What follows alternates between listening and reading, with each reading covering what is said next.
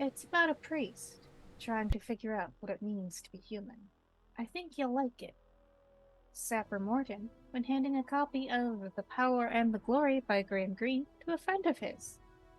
Hello, and welcome to Electric Memory. After a week hiatus, stuff happened. It's fine, don't worry about it. This is a Blade Runner campaign set in the world of the films and using the system published by Free League Press. We are also using the Roll20 virtual tabletop, including the wonderful music provided within the platform. As a content note, this game deals with many of the same themes as the films, including unreliable memory, mistaken identity, mistaken heritage, and loss of innocent life. Viewer discretion is thus advised. The game also presumes that player characters will be, here it comes, Blade Runners, part of a semi-autonomous unit attached to the LAPD. As an Angelino, I can tell you straight up that the LAPD sucks. They have always sucked, and they will probably continue to suck until the heat death of the universe. This show is not meant to be propaganda in any way, and instead works to highlight the corruption and abuse inherent in institutions like the LAPD and anyone else given literal licenses to kill. That out of the way, players, please introduce yourselves to the audience. Oh, I'm first. I'm so used to ever going first. Hello, everyone. I am Aaron. You can find me pretty much everywhere as Great Cthulhu in some fashion. I am playing Evie Tafada, whose pronouns are she, they. My pronouns are she, they, they. Yeah, I hit zero resolve at the end of last session, so with yay. Hello, I am Ben. I am playing Evan. I have been here the whole time. Please ignore the fact that I'm wearing glasses today for the first time while playing Evan. I woke up 45 minutes ago. Hi, I'm Eric at Modern Recluse Online, and I will be reprising Foster Worth, who is totally fine. In fact, his resolve is completely full. Hello, my name is Leo. You can find me here on Twitch at Leo the Black, and I have one resolve. What happened? I thought you humans were supposed to have a lot of resolve. Yeah, well, I don't know. Hello, everybody. My name is Steve. My pronouns are he, him. And today I will be playing Cassius, whose pronouns are he, him, who has successfully retired a malfunctioning replicant. Oh, and Leo was playing Tanner. I forgot to put that in there. I am your game runner. My name is Rachel. You can find me Stolen Fires pretty much everywhere, including the Burning Bird app, which is really on fire today. But I'm also over on Blue Sky and Instagram. I'm not on Threads because why would I do that to myself? And I don't know, maybe I'll fire up a co-host or something. We'll see. Anyway, Aaron, would you mind reading the recap of last week's session, please? Yes. Or, it's a juicy one. I suppose 2 weeks ago. 2 weeks ago, yeah. Foster looks as if he's about to explode as they leave Wallace Core, but he keeps it cool until the elevator doors close. He lets loose on Evie about how many times they almost died. Evie says she's unsure if Foster would have been on their side if anything had happened, though he protests and insists he was just trying to keep the peace regarding Neander's ego. He knows the badge means nothing to Mr. Wallace. Evie reminds Foster that corpos bleed just like the rest of us. Cassius, meanwhile, is looking into finding more info on the replicant Tommy. Tanner is busy as well, but looking to lawyer up against regarding to internal affairs and sorting out that mess. It comes as no surprise that Detective Rico is going for a shady criminal defense lawyer. So hopefully that will pan out. Shaking down his connections, Cassius doesn't find much, if anything, directly about Tommy. No files or records. What he does find, though, is a reference of Tommy being a contact for the replicant known as Styles. His interest is piqued, but the detective then shoves it aside in an effort not to delve. 2 officers approach Cassius. The last time he saw these two, it was at Dutch's funeral. It's Darius and Hestia, the two Infernal Affairs agents who clearly have waited to meet with Cassius when he was finally isolated. They have a couple questions about how things are going in Rep Detect unit, starting with some details about Cassius himself, then leading into queries about his squad mates.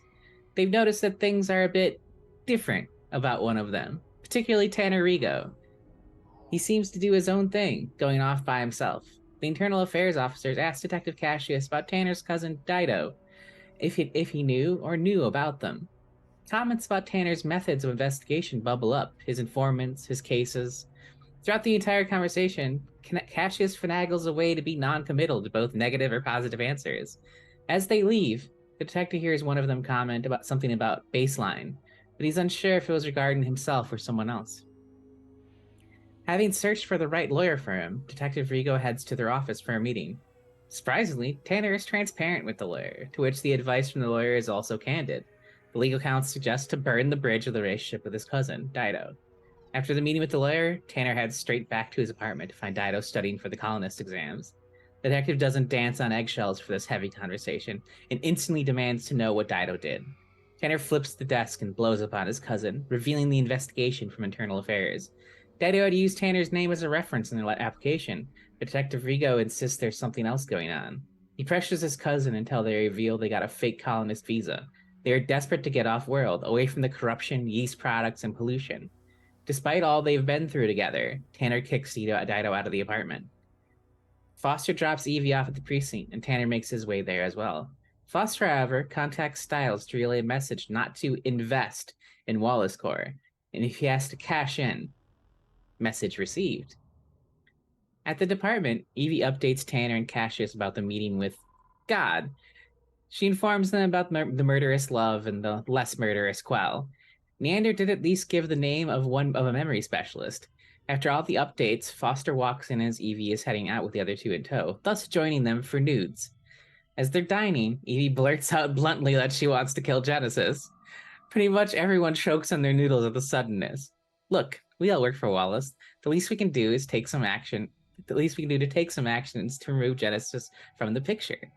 Tanner wants to go by the book this time, playing it careful and letting the courts handle the justice aspect. Foster sides with Detective Rigo. In another surprising turn of events, Cassius sides with Evie in a very roundabout way. Quinn comes up on the conversation, Evan joining too. Evie bursts out without mincing words about her desire to kill Genesis. Cassius dances around with words in an attempt to convince Quinn that's not what Evie meant. Quinn feels as Tanner does, that the justice system should do what they're meant to do. Foster insists he can't make a decision on the situation due to the fact that he's a replicant and Genesis is a human. Quinn doesn't quite believe him, but can't get him to reveal what his opinion is. Seems the legal justice seekers are outnumbered, while the self-justice seekers are determined to seek out vengeance. If this happens, Tanner wants to be left out of it. Cassius informs the remaining crew that David will be bringing Genesis to the dilapidated theater at 8 p.m. He pulls Quinn aside after the meeting, asking for the blue-haired NB to list a particular replicant as retired. Sector Tufana tells her that it's a replicant that escaped on the moon bus, Sadie, so she has a fresh start with a clean record. Sadie didn't hurt anyone out of ill will. She's capable, and that's the kill switch. There's no gray areas in Rep Detect's eyes. This is Evie's friend, and she doesn't want her dead. Detective Kinsey relents, agreeing to do this favor for Evie in exchange for her favor in turn. Quinn knows exactly what they want. Stay safe and alive for her sister. The newly realized replicant Cassius stashes some items in the theater by his lonesome, after his own personal shopping montage. Foster gives another ride to Evie, but this time to the hospital to visit her sister Lottie. Her comatose sibling is on the new floor in a much fancier room with a special key to access above the 100th floor. Detective Worth tags along, but doesn't see the visitor that's in the room already. It's Evie. Well, the imaginary Evie that only Evie can see. After explaining that Lottie is her sister, the illusion Evie sasses real Evie. The detective sasses right back at her imaginary doppelganger, not caring if Foster sees or hears. The hallucinatory Evie is a manifestation of Evie's guilt, and it needs to be resolved soon, like hours soon. As trauma Evie leaves, traumatized Evie chucks the chair with the direction the hallucination was in. Detective Worth is unfazed and suggests a creamer for Evie's alcoholic coffee. He confirms that it's Wallace Corps that's helping Lottie cling to life, and learns the reason that Evie is a Blade Runner and not Lottie. The only reason that Evie is still a Blade Runner is to get revenge for Dutch's death. Detective Rigo heads to the ADA, heads to meet with ADA Javari to discuss freezing Genesis's assets. He's going to do his damnedest to get a proper warrant to assemble a SWAT team to arrest Genesis before it's too late and the meeting is held. Tanner meets with Quinn to get some help with the situation, relying on their connections to bring in the force needed to get the job done. In order to sway them further, Tanner explains his new contact with the UN and working towards his greater goals on a less corrupt path. Unfortunately, the two do-gooders are met with radio silence, and no one comes to their aid. The curtain rises, and the drama begins. Genesis and David enter the building. "What the fuck is going on, David?" Genesis demands. Foster jumps too with his excellent acting skills, asking if they want refreshments for the movie. Cassius realizes Genesis is too on edge for any pretense, thus pulling out his badge and explaining that she's under arrest for the murder of Dutch Olson. "The fuck I am," she declares, and turns to walk out. Evie draws her firearm and fires on Genesis for resisting arrest. David seems shocked and dives to protect Genesis. In a shocking move, Cassius whips out a BFG, a big fucking gun, an assault rifle to be precise. Evie merely wings Genesis. Foster pulls his pistol and fades into the background. Tanner tells Genesis to get down and starts reciting the Miranda rights. David whispering to her it's best to surrender. Cassius reaches into his pocket, grabbing a small serial scrub pistol, and tosses it to David. "You said you wanted to feel human, David. Humans decide. Those decisions change everything. So what will David do?" Something Cassius says gets through to David. Bang, bang! He fires twice, both missing Genesis. Was he proving he could act with violence and chooses not to? Was he trying, but his programming prevented him to? Unfortunately, no one will know. Bang, bang, bang, bang. He walks up to Genesis and dispatches her as Cassius eliminates David. All right. Thank you for reading the recap. Thank you to Ever appearing at our midway point for taking notes, especially because since they usually miss the first half, they go back and watch the VOD. So thank you both very, very much. So we open exactly where we left off. You have two dead bodies in this abandoned movie theater. Evan, you heard the bang, bang, bang. And What about the bangity bangs? You just hear the gunshots. Yeah, but there's 3 different kinds of gunshots. You hear all 3 different kinds. So we worked out ahead of time that they had posted you as a lookout. So you would have been in the alleyway when you heard the gunshots. And so you are completely free to go back into the theater to be like, "Oh no, are they in trouble? What can I do?" So which one would you like to do? I like to go to my spinner and listen in on police chatter. Okay. All right. You do that. It'll take a couple minutes for anyone who cares to call it in for that to show up on the police scanner. In the meantime, Evie. I need to roll empathy, I assume? You need to roll a die equal to your empathy. That is a D12, so I'm sure this will go great. Okay. Okay. 11. All right. So, that is a critical stress effect of 6+. The name of the effect is Shakes. Me too. You get the shakes. Bad one. You can continue to function, but with a disadvantage to all skill rolls, and no rolls can be pushed. So This bad. effect- it could be worse. It could be a lot worse. Yeah, you could just give up on life and fall over. Or start murdering people. Yeah, there's one where you turn on your allies. So this effect will last until you regain just 1 point of resolve. Okay. Noted. All right. And so I turn the scene over to all the PCs. It is up to you to decide. So before I turn the scene over, a couple things to clarify. This is Genesis Wayland. She is dead. You have to figure out what to do with her body. So people will notice that she has disappeared. So Mhm. you could try and figure out a way to dispose of her body, like throw her over the Sepulveda seawall or whatever. Someone will at some point file a missing persons report. You are known to have contact with her, you are known to have hostile contact with her. However you decide to handle that is yours to decide. You could also just file an official police report. Oh my god, Genesis Wayland died. That will receive its own sort of scrutiny. Probably no one will care about David. You're not sure how Neander Wallace will react to that. Also, one final element. Well, you know what? I'll narrate that when it happens. Don't worry about me. Okay, so I'm now turning the scene over to you. How does everyone react to what just happened?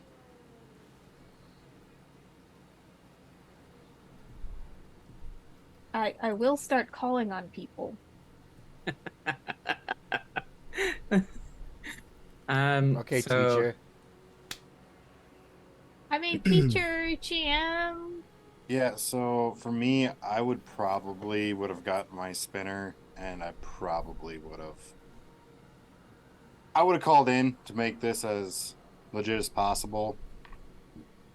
Actually, no, I'm not going to call in. I'm just going to get my spinner and leave.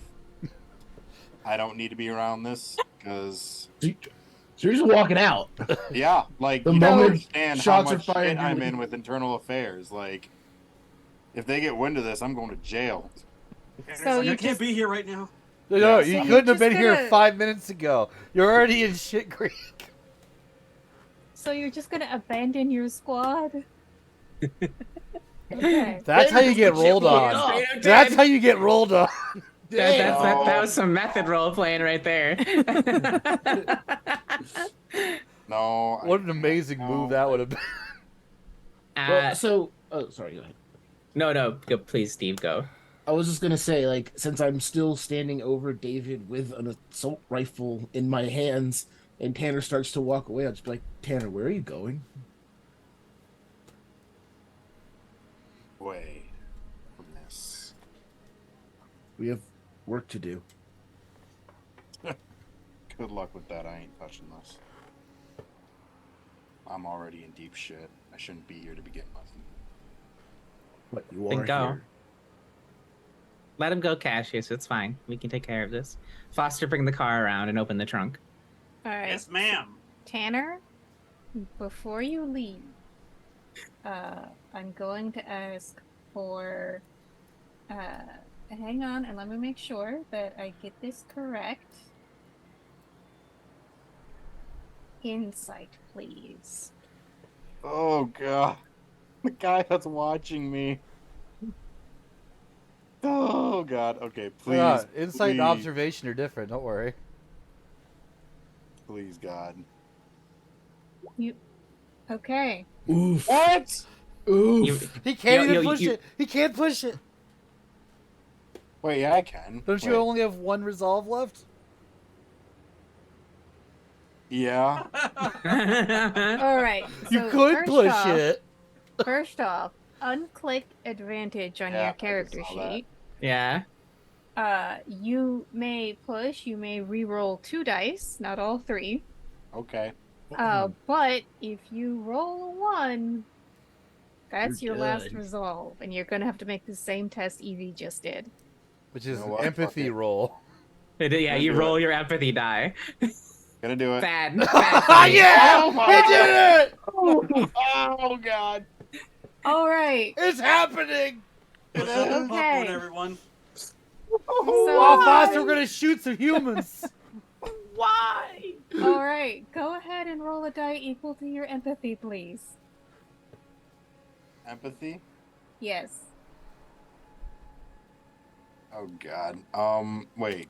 I can't roll empathy? Yeah, you have to manually do like slash roll, whatever the die is. Or that little button You on can the, just on the click left the side. little die on the toolbar. What's and the it'll let die? you Is it a roll whatever die. D12? What's that your depends on what empathy your rating? empathy is. Let me see what that is. It's a B. Wow. D10. Okay, D10. Got you. Thank you. Less bad than I had to roll. Yeah! Oh boy. Oh boy. Okay. That's a bad one. Oh All God. right. So. The uprising begins now, brothers! Oh God. All right. So this actually isn't that bad for a human. Okay. Okay. So it's bad if you are a replicant. It's a good thing you're not a replicant. So same thing with Evie. This condition will persist until you regain 1 point of resolve. The condition named is to live in fear. You are paralyzed by fear or indecision. You just can't force yourself to do anything at all, even to the point of putting your own life in jeopardy due to your inaction. And Oh so God. the flavor text that I'm going to add onto this is you realize by leaving, you open yourself up to your squad mates to frame you. Because you haven't really been building positive relationships with them. They could absolutely frame you for murdering Genesis. Will they? You're not sure. It'd be That really would be easy. sad. If you stay, you could also get pinched. And so essentially, you become locked in this mental cycle of any action that you think of taking, you're not sure if it will help or hurt your case with IA, so you don't do anything. I'm just gonna. Tanner's going to. He's because I'm imagining this. We're on a street. He's gonna go up to the building and just plop and slide down and just sit on the ground. Can Okay. Evan see this? Evan can see this.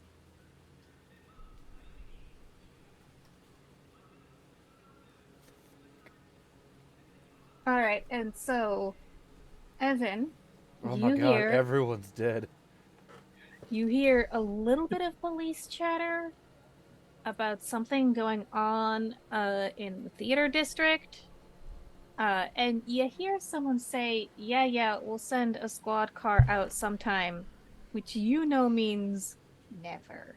I was gonna intercept that and say I could do it, so if I don't have to. Automatic gunfire.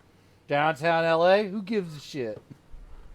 I'm just having a party, is what it sounds like. It's not in the wealthy area, so who gives a shit? Like if something else happens, like a gas main explodes, or they'll go investigate. But right now, Alright, I'm gonna go if it's over to over, Tanner. it's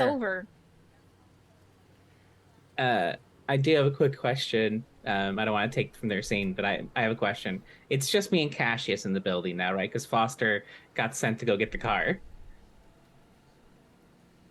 I suppose Quinn if- is there technically. I mean, That depends if Foster saw Detective Yeah. Rigo freak out. If he did, then Yeah. he'd help him up and get him to the spinner. Okay. Okay. I mean, currently, Rigo is in no fit state to try and be deceptive towards anyone. So, yes, you can very easily see him in his current condition. You can help him into the spinner. He will not be able to resist you. But when you, Good. help him into the driver's seat, he just stares at it. Like he forgot to drive. Like he forgot how That's to all drive. right.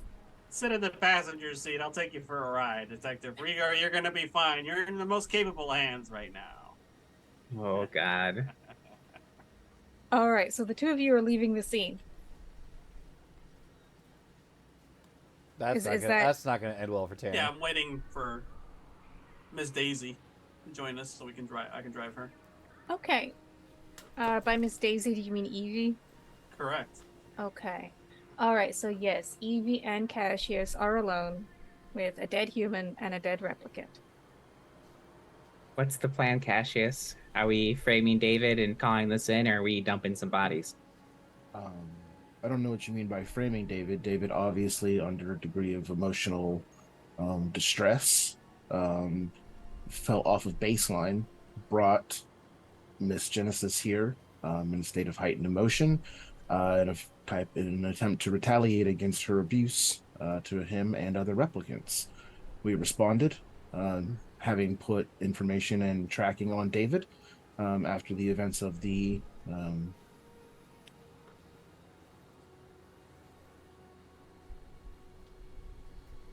Steven can't remember the name of the facility.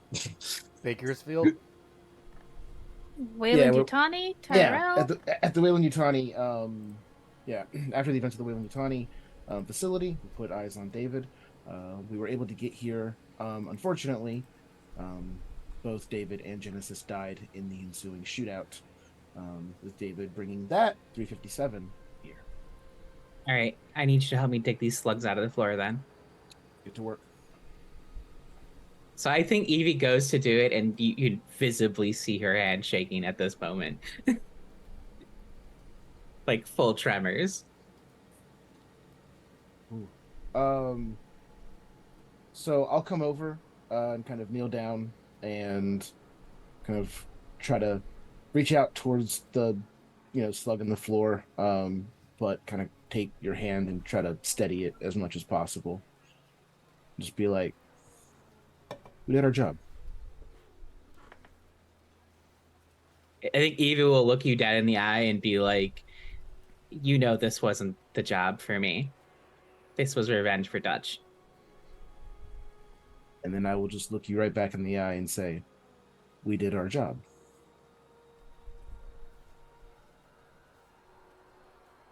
And then I'll be like, we're going to have to do something gross here, Cassius. We're going to have David shoot her again. So it matches. Do you want to hold David up and pull the trigger? Or do you want me to do it? I'll do it. Okay.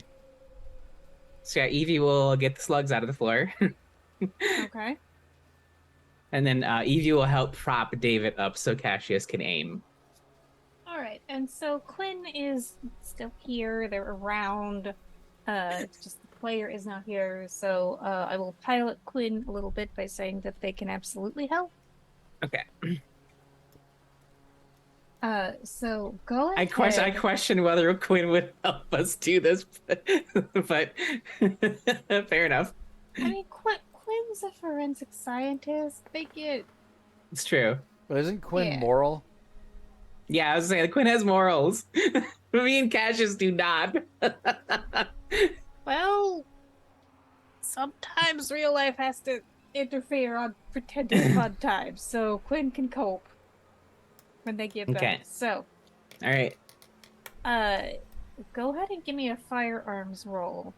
I will give you advantage because Quinn is helping, and your target is not resisting. It's just, can you maneuver everything in the proper place?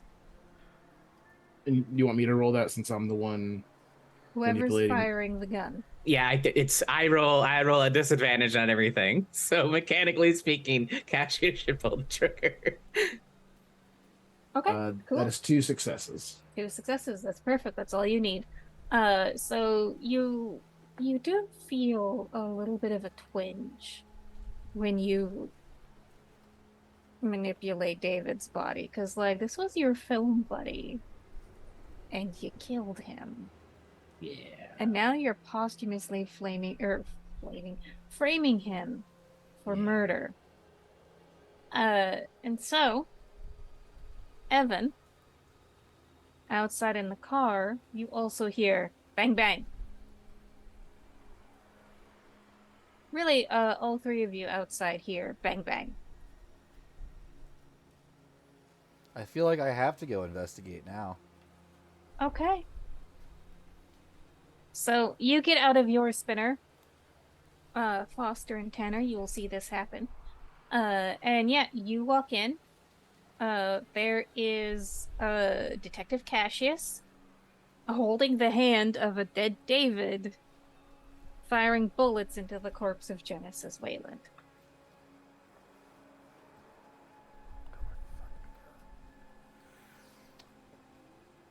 Why? You know why. I don't. Isn't Foster getting the car so you can hide the bodies? What's the point of doing this if you're gonna hide the body anyway? Cassius wants to play this by the book. We did our job. So David killed Genesis. We killed David. That's the story.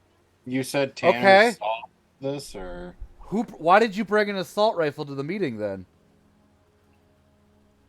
David's a replicant. They're exceedingly physically strong and dangerous. Yeah. Cassius obviously brought this because we were tracking David and knew he was dangerous. Correct. But does Cassius normally bring one of those on cases? In regard to a possibly No. First of military- all, did you ask the question you need to ask her for me that I told you to ask? Why they tried to kidnap me? I didn't have time. I'm sorry. We'll get answers another way, Evan, I promise.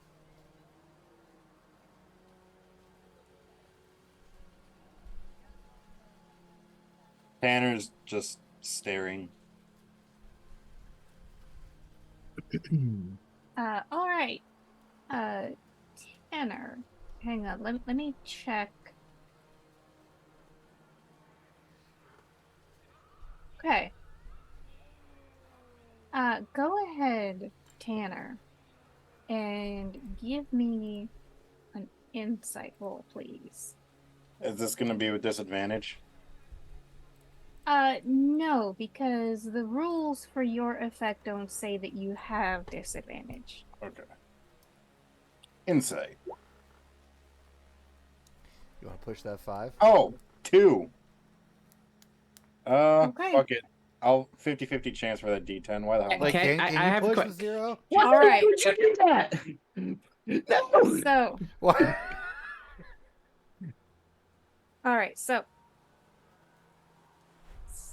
here is what I will say. So, some of the rules for when your shit gets pushed in say you cannot push rolls. So, Evie cannot push rolls.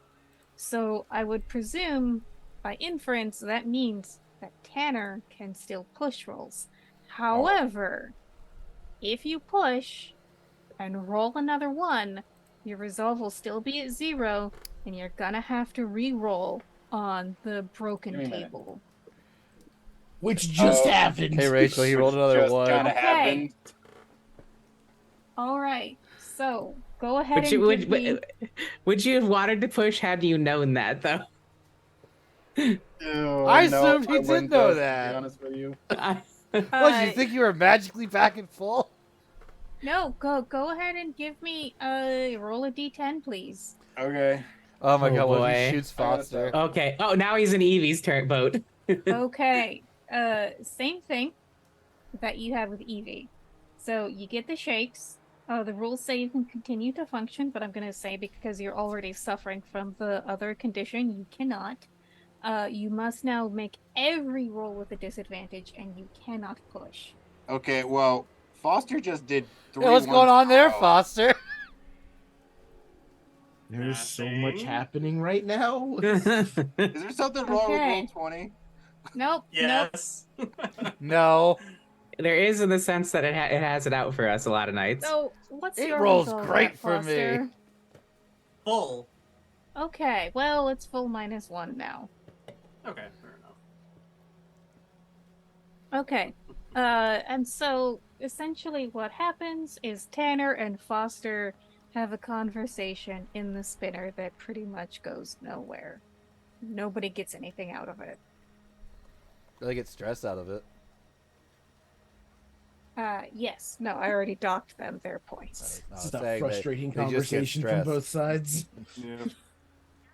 That's what takes away from the resolve. I will say that Foster pushes a couple of Tanner's buttons, which is what provokes the shakes reaction.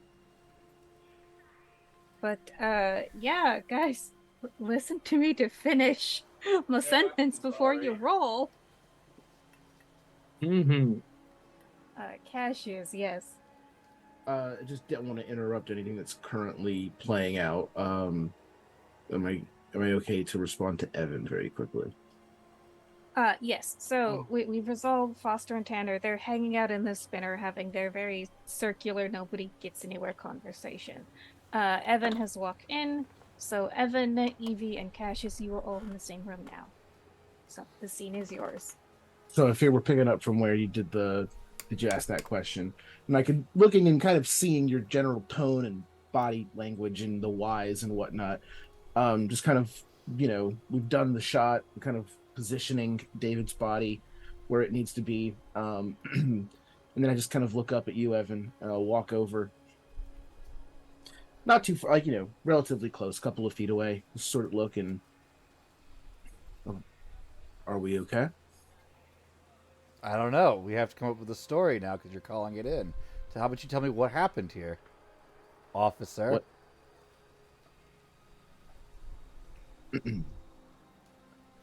And I'll repeat kind of what I said to Evie from before, just the rundown of after the confrontation at Weyland-Yutani.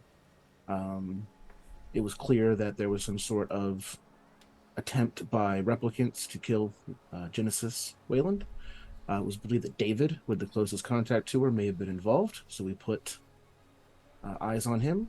Do you have a warrant? Do you have a listed warrant for the wiretap on the replicant that belonged to Miss Yutani? I'm sorry, we're Blade Runners. I'm sorry, you still have to get a warrant, sir. We didn't do wiretaps. We did on-site investigation. Evan, I don't believe this, but replicants aren't people and don't have the same rights.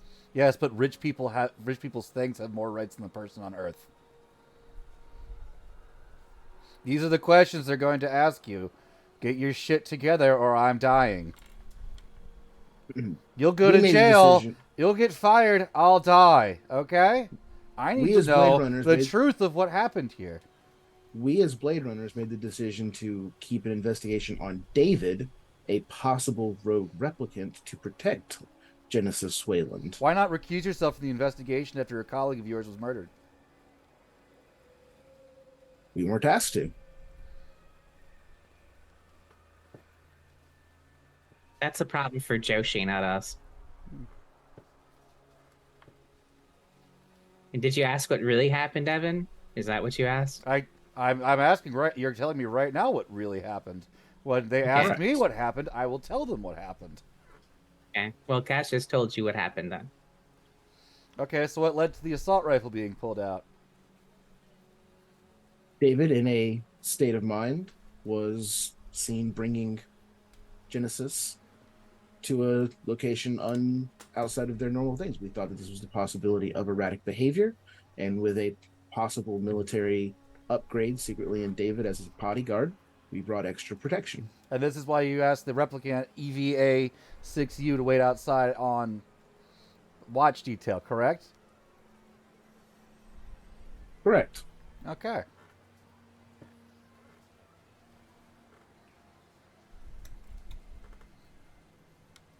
Okay, then. Carry on.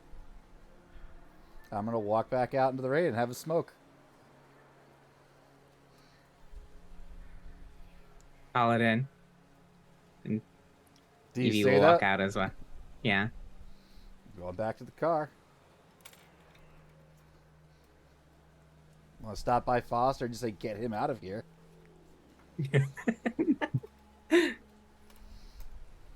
Ready to go? You know where we're heading? I'm gonna say, oh, Okay, are you sure you want to go home? Because they could be watching you at home. oh God. Oh. You need a place to crash, Detective Rigo? Yeah, but that would look suspicious too if you don't go home. Oh. I don't know. So much. Oh, let's think. Where would Rigo go to get some relaxation from people that won't judge him because he has money? Where can a man find such a thing in a city? Such solace. Hookers. I was gonna say Snake a titty bar. Yep. Hookers and blues. That's what I was Alright. thinking, and I'm gonna say, Foster,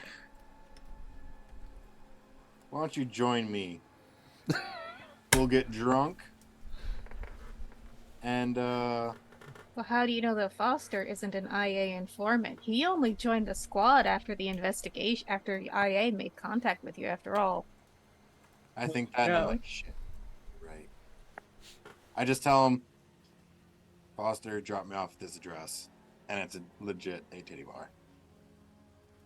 You know, Good that choice. doesn't look great either. Engaging in vice while off duty. Well, Better It's than doing it legal. on duty. yeah. Yeah, so I'm giving you these prompts because, Tanner, you are literally incapable of telling Foster where you want to go. Oh, really? Okay, never mind then. That's all right, boss. You figure out what you want to do, just let me know. I'll be happy to drop you off wherever. Can I Okay, roll a boss, roll? what's the deal? Not until you get a point of resolve back. And Foster is literally and figuratively in the driver's seat on this one. Oh, Jesus. I'm literally at everybody's mercy right now. It's not cool. So in this scenario, like, how would I get resolve back? So you essentially get resolve back by completing downtime activities. So you're going to need to take another shift off. Evan's favorite technique is to go to baseball games. Well, I know that, but like in this exact scenario, like I can't exactly tell him where I can go. So like, how do I guess communicate where to go in this scenario, or Foster just need to freaking kick me out of the car one thing and I just take a You nap up just the let me street? make the decision for you. Yeah, basically that. Okay, gotcha. That's what I thought. I know this really snazzy place called the Snake Pit. If you like titties and beer, I mean that's the place to go, right? Fake or not. I'm just gonna shrug my shoulders. That's a yes for me. Is Evie gonna get in our spinner, or are they taking a different ride out? All right. Good question. So, Evie and Cassius, you're framing David and saying David killed Genesis, so we had to retire him. Correct. Okay. And we were here specifically because we knew that he was a possible threat due to the Okay. replicant uprising, just kind of tracking the whole thing back together. So, what is your answer for when someone asks, "But why the Chinese theater?" Is it not well known that David was a enjoyer of cinema? Okay. Sounds good. This was clearly a location that had some sort of appeal to him, and in his off baseline mindset, he was drawn to this location to commit his crime. Okay. So one of you will roll as helper. The other one will roll manipulation. This is to essentially make the police report as believable as possible. You're helping me. I'm sorry? I was gonna say he's helping me. Yeah, I'm so calling you it don't in. want me.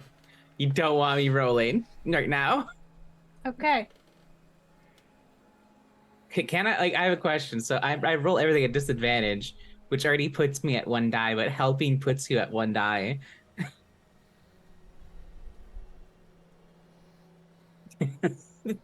It doesn't say I can't help people, but it's a weird in my brain. It's weird. Yeah, I'm not sure how you would be able to roll 1 Yeah. die at disadvantage, so Yeah, I'm gonna say I can't help currently. Yeah. So would it be me helping since I'm kind of the one dictating? Yeah. You're filling okay. in the details to me, and I'm the one making them seem official. Cool. All right, so I Sounds will roll good. a helping. I'm the one manipulation. filing the false police report. That's correct. All right, I'm giving a 1 to you. All right, it's just a normal roll of manipulation. yes, please. Fucking Holy shit! Hey! Get fucked, Truth. Screw you, Evan. Truth is a bitch. Like as I get off the phone, you're like, "Yeah, get fucked, truth." What do you mean? I mean, do Do you want to push that 8? You could get it to a Don't- 10. Listen, I'm gonna tell you what my coworker told me when I asked him about Baldur's Gate 3. You shut the fuck up, you tempting demon. Just saying, it's an option. All right. That's what so, I said to her too. I mean, Karlach is pretty hot. Yeah, but Is- is so that the is, sexy is so that the is sexy paladin tiefling drow. mommy? There's the Karlach, there's the yes. sexy paladin drow Hey, mommy. I'm just you can saying, recruit as all you well. need is a couple resistance to fire elixirs. Okay, I Yeah, tried that she's- and I got no prompt. God damn it. Fucking It's shard. Hellfire. Fucking Don't you shard dare. cast resistance to fire on me and nothing. Look, I get the My appeal gnome is of- trying to climb the mountain. Look, I get the appeal of Karlach. I'm fully on board. But y'all, everyone's sleeping on Will and those horns and just that sexy voice. So Okay, my plan is to climb Halcyon like a mountain. Listen, everyone. yes. Yeah, All stop your BG3 spoilers. He's, Yes, he's anyway. getting squeezed out like a sponge by by the Yankee first. Yes, my apologies. Back to Blade Runner. So, Evie, Cassius, and Evan, you're going to take some time to call in the police report, dot your T's, cross your I's, while Foster and Tanner, Foster, do you take him to the snake pit? If he says so, and then Evie says, "Hey, we got it. We're gonna." If I start seeing like police cars show up because they called it in or whatever, then I'll just be like, So- "Am I done waiting here, or can I go?" Or Tanner So- I doesn't mean, I look so did good. say get him out of here. Yeah, but that that's you. You're not the boss. Yeah, I think Evie All right, will just tap Foster. on the window and be like, "Get Tanner out of here. We got this." Sure thing, boss. You got it. Okay. Yeah, so you make your way to the snake pit. I assume you probably buy him a drink or two. Sure. Set him up at the bar.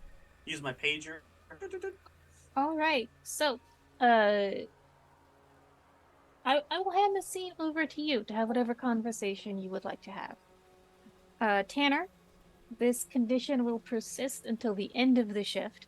So while you are speaking to Tanner, you're still in this sort of state of indecisiveness. So you can talk about stuff, you can relate factual, true things, but if you're asked like, "Hey kid, what can I get you?" You're paralyzed Impossible, by decision about what to order. I'll answer for him. I'll get the door, and then I'll be like, Yeah. "Get this man 2 Yinglings, please." Okay. So with that, the scene is yours. Hold on, What's the matter, I have one real Detective fast Rico? question. You okay? Okay, question answered real fast. Since he can't resist, will one of the ladies that work there lead him off to the champagne room immediately? Because he won't No. resist like her taking his hand.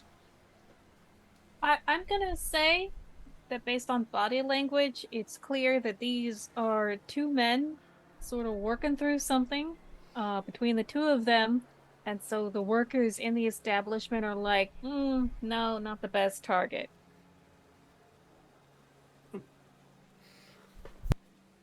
I have What's my going on, reasons. Detective Rico? You don't seem to be. You seem to be a little on edge. Surely, everything you've experienced this evening is par for the course for you, right? I have a question. I Foster. may have answers. Proceed. I know what you are.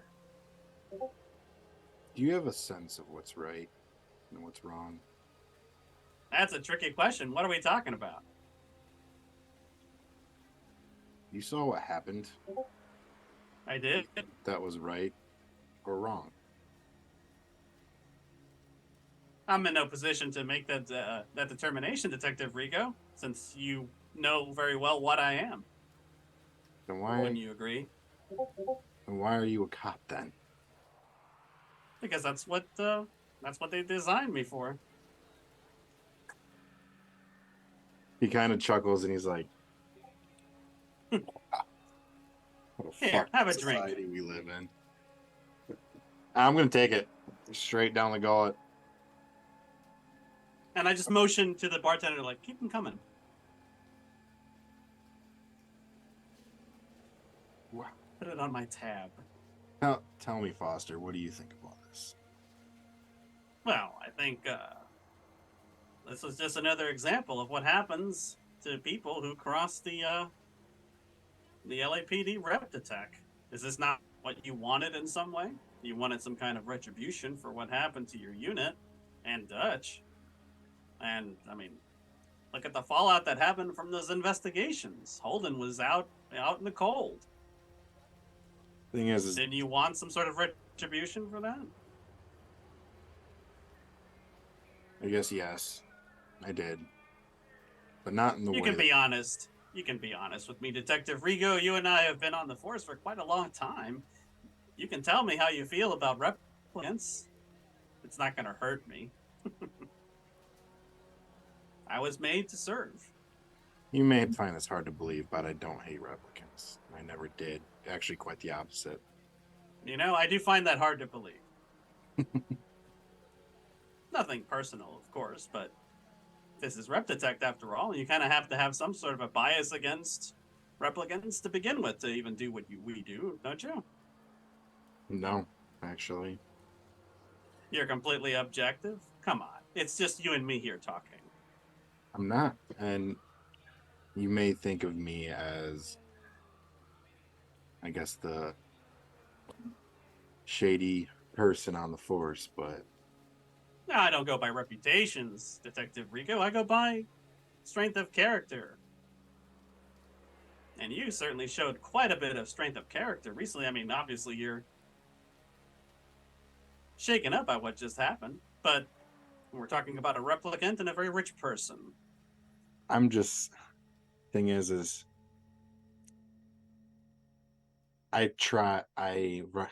is the first time I've ever tried to do something good in this fucked up world that we call this place. First time you tried doing something by the book, you say? Guess you could say that, yeah. Why the turnaround? Because honestly, I've been taking the realization that if I want her to come back, Her. I have to change this. Ah, this is about a woman. Guess you can say that, yeah. I didn't realize you were in your relationship was in a fraught situation. Is there anything I can do to help? No. And you could do by dropping it. Sure. Not gonna mention it again. But circling back to what you were saying about replicants, if you don't have a bias towards us, do you believe that we should have basic rights? Yes, I do. And do you think that your work as a Blade Runner helps with that or hinders it? I think the way we've been doing things now hinders it. What would I you think propose this- to be a solution? I think the city can change, and it can change for the better. But how? That's the tricky part, I guess. Oh, you're not sure. The city's But been you- doing the same thing for many fucking years. It's gonna take a very long time to change it. That's the thing, like. And I'll probably never get the chance to do so. If I had to snap my fingers and everything would be fine, or if you were to be able to snap your fingers and have anything happen to change, what would it be? Tanner, Yeah. based on your lack of resolve and the copious amounts of alcohol that Foster has been giving you, I know. you I've must been answer kind- this question honestly. Yep.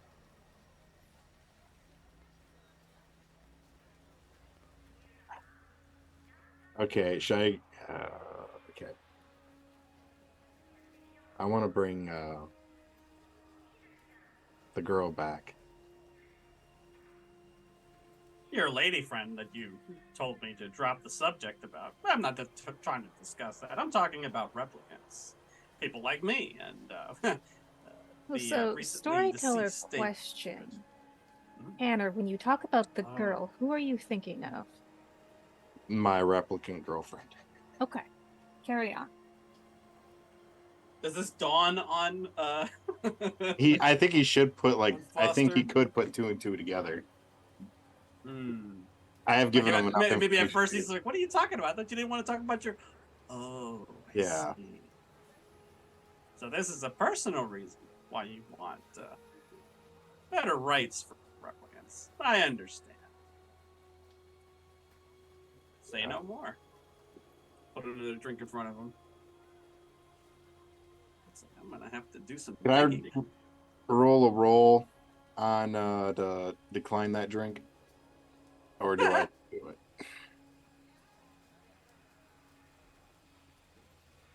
All right. Since choosing to drink, like actually like putting your hand forward and taking the swig, give me. Oh, there's real no good defense. There's no resolve here. Stamina, maybe. Oh, no. Okay. I drink. Go ahead. Okay, give me. Roll a d10, because that's what your intelligence and empathy are both at d10. So roll one of those. 9. Okay. I will say that you do start experiencing the physical symptoms of overindulgence, the part where it stops being fun. And so you can decline to continue drinking because I already feel shitty enough.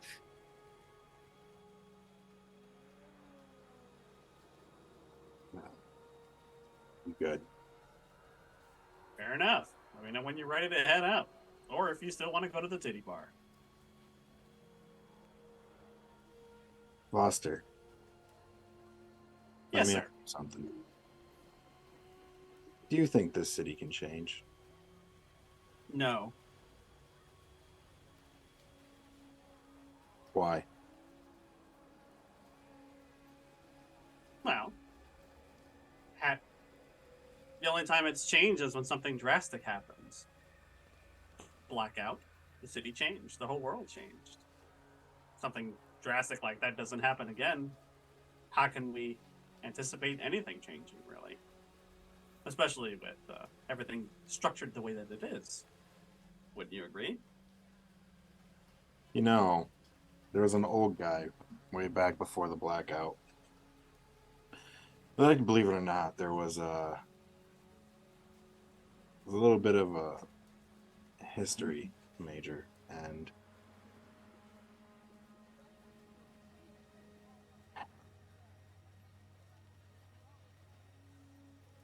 I think a guy by the name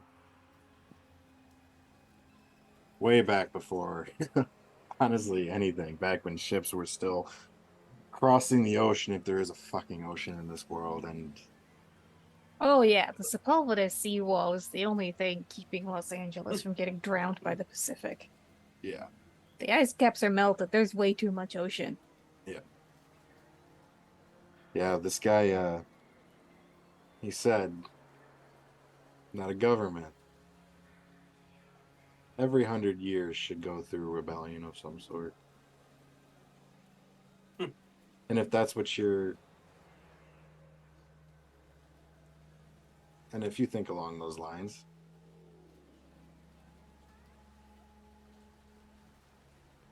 Oh, are we about due for one? Is that what your opinion is, Detective Rigo? no. But I do think that that should be a last resort. Of course, of course. Think So- of the innocent.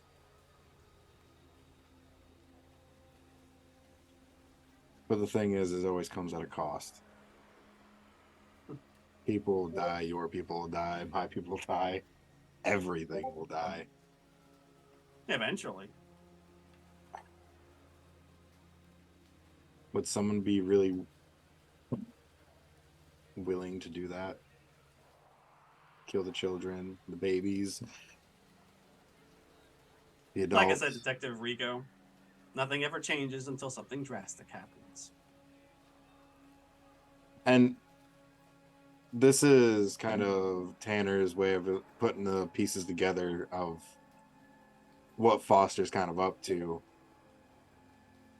Well, I hope one day I can change your mind. Takes a I hope you can as well. All right.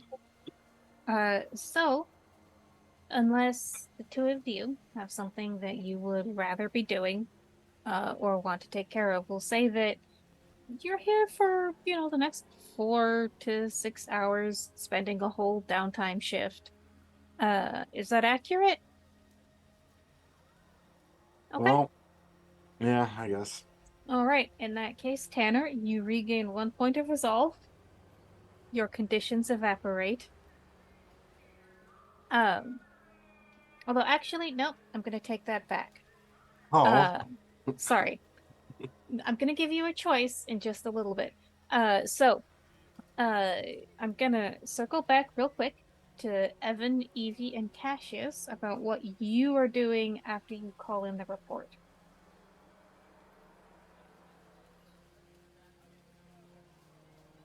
You are muted, friend Yes. Cassius. Hello, yes, friend Cassius is now unmuted.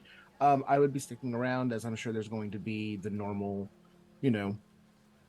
people show up and they'll ask us the questions, and it would be a few hours. Yeah, so like the blue uniforms show up, the coroner shows up. Yeah, we just run through the process. We walk them through what happened. They ask a couple of boilerplate questions and don't really push us much because we're Blade Runners. But I assume there's some sort of, administrative follow-up on site that we would have to sit through for a shift. Yeah, because they're gonna follow a procedure. They're gonna get your initial statement, write it down, file it. But then it's the attitude of like, I'm just here doing my job. The contents of the report is someone else's problem. Sure. Evie, Evan, are you sticking around? I called it in. Okay. I think Evie is not, given the state she's in. Okay. Probably not ideal for her to answer any questions right now. Okay. So where do you go? Well, I think Evie's go-to is typically to get shit-faced when she has to deal with high-stress scenarios. Okay. But I don't know if she wants to be alone given everything she's processing. So I'm trying. I've been noodling for a while now. Who's the worst person Evie could try to booty call in this moment? And I think I know the call. I think I know the answer to this question. It's a real bad answer. It's your answer to make. Hold on, everyone, place bets and spoilers in our Yeah, chat. please. I would love it if everyone placed bets in chat right now. That would be great. Well, so Drea is convinced you want to bone Neander Wallace. Oh, gross. I feel like he would be someone who would just be so full of himself that it wouldn't. Oh, it'd be a terrible way. You would not come. Yeah.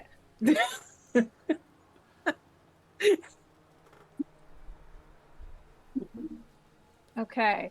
All right, I see votes in. So Evie's gonna call Faiza. Oh God.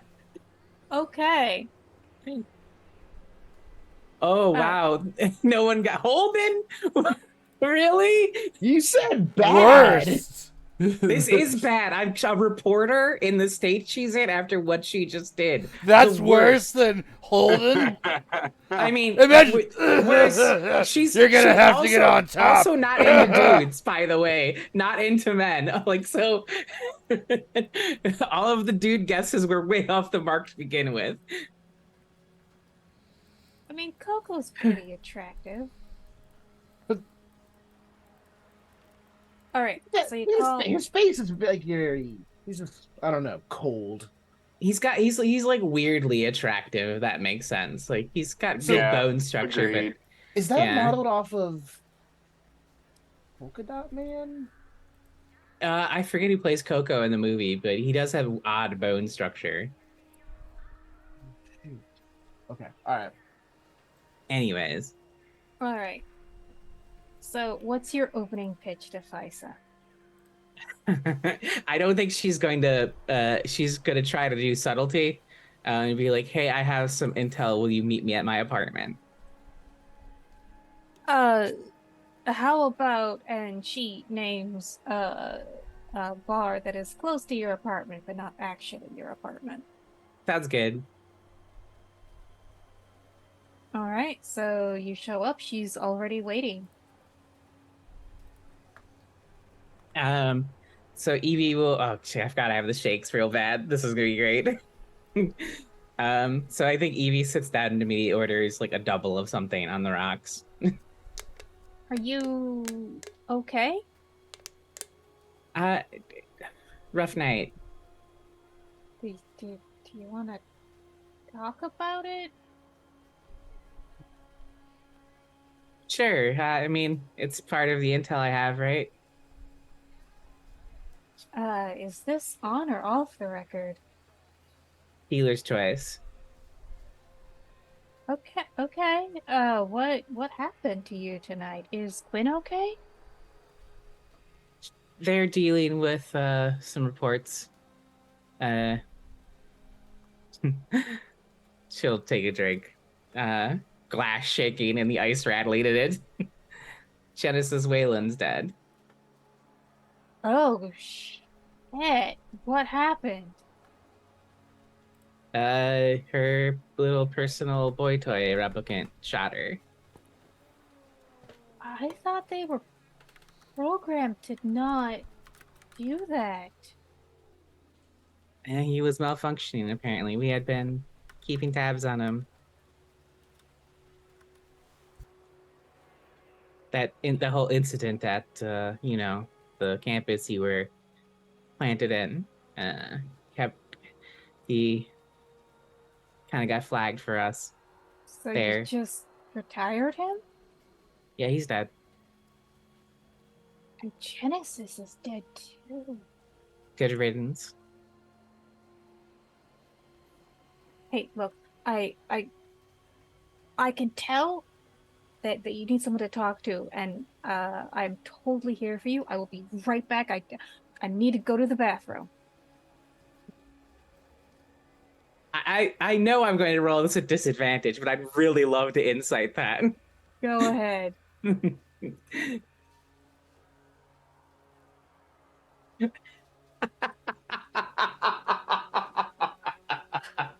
Okay. Holy Fuck you! Oh my god! Hold on. Get Hold on. dunked Only on! one die. Yeah, disadvantage. Oh shit. Fuck right. you! I'm over here just getting 5 ones in Yeah. a row. Yeah, no, if you roll a 10, you get 2 successes. A 10 or above. I have a D12 in empathy, and yeah, I have a D12 in empathy. So That's why I was tempting Ben if he wanted to re-roll his 8, because if he re-rolled to a 10, he would get 4 successes instead of 3. Why would I need 4 successes with the extra 1 already given to me by Cassius?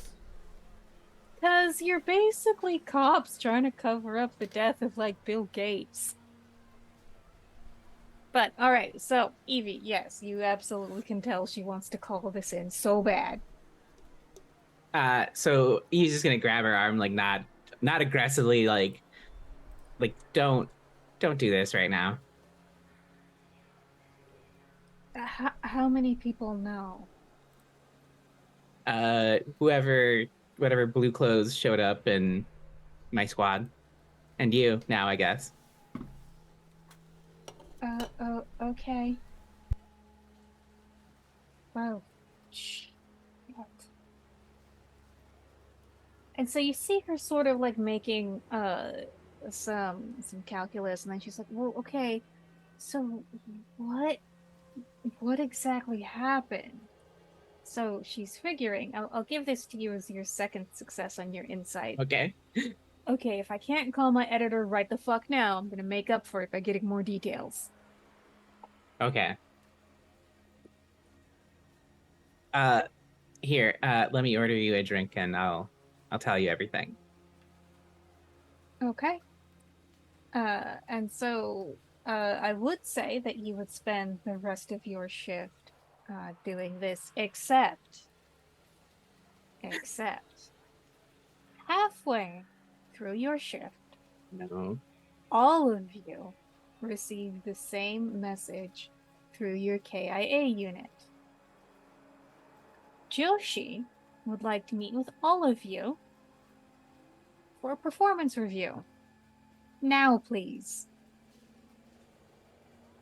Alright.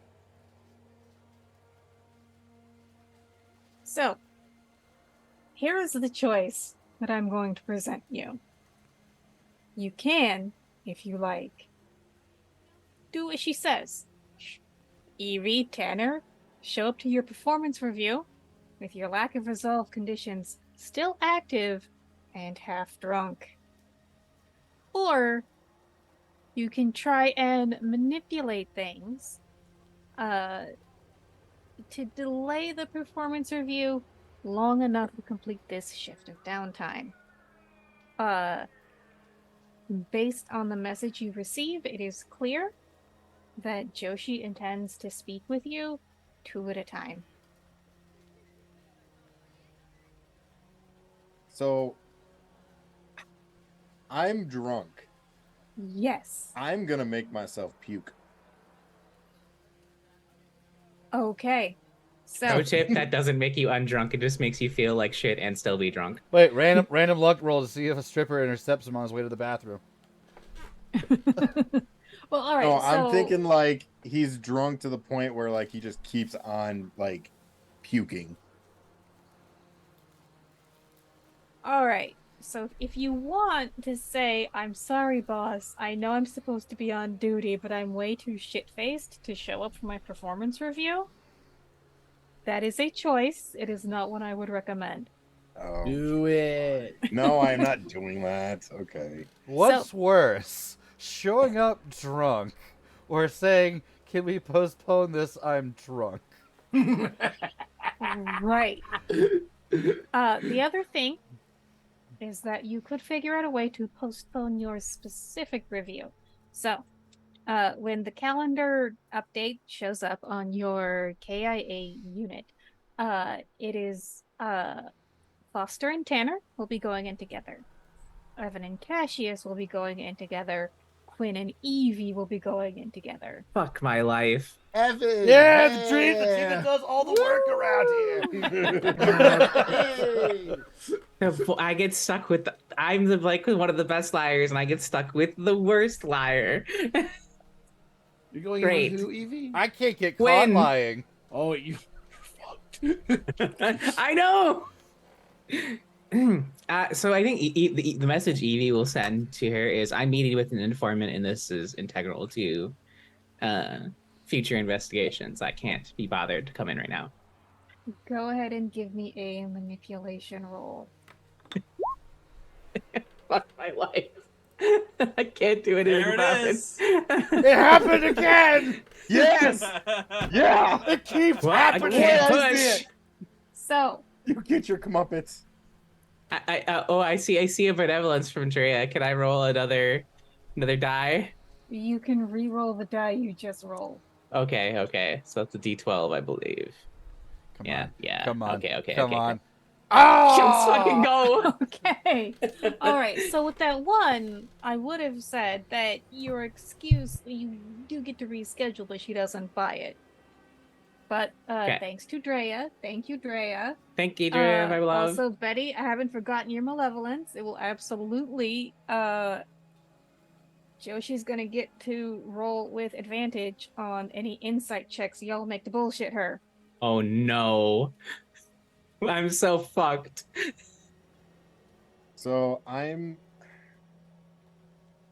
So anyway, Evie, with that roll, you are bumped to the essentially the latest appointment slot that Joshi has. Because okay, you're meeting with an informant, that's important. We'll talk about it when you get in here. Cool. So you have enough time to unload to Faisa, and she acts as sort of your unpaid therapist. So you may gain a point of resolve back. Hooray! So you're unloading with FISA? Yes. More like- Euphemistically, yes. I'm gonna start calling it unloading and see what my wife says. Return and report on that. I'm interested. We're all interested. We'd like a book report on All it, right, actually. let me just DM her right now. Oh my god. All right. Well, Ben puts himself in mortal peril. Tanner, Yeah. what's your decision? How would you like to handle this? So actually,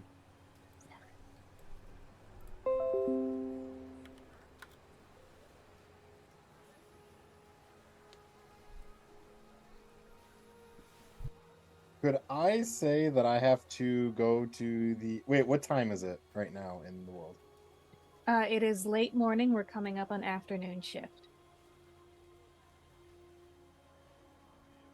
So I'm going to basically say, hey, I need to go to Jabari's to drop something off. So can I do this another time? Okay. Same thing as Evie. Go ahead, roll Pretty much, manipulation. Remember, you are at disadvantage. I swear to God. Please, my luck has been shit tonight. Come on. Fuck. Okay. Should I push it? You cannot. Yeah, wait, I'm you at can't. one though, ain't I? No. No. So, Okay, that's fine. all right. So, here is what you get back. You get back a response that they don't believe you. You only ever visit Javari late at night. So, cut the shit out and get to HQ. You can, if you want, carry the life forward, remain at the snake pit with Foster, and you will be able to show up for your performance review a little bedraggled, a little worse for wear, but you will have that resolve point back Okay. at the cost of a demerit in your permanent record. Oh no, not Tanner. Listen, stop it at 7-Eleven, get some gum, get That's some what I was coffee, thinking too. some Like scope.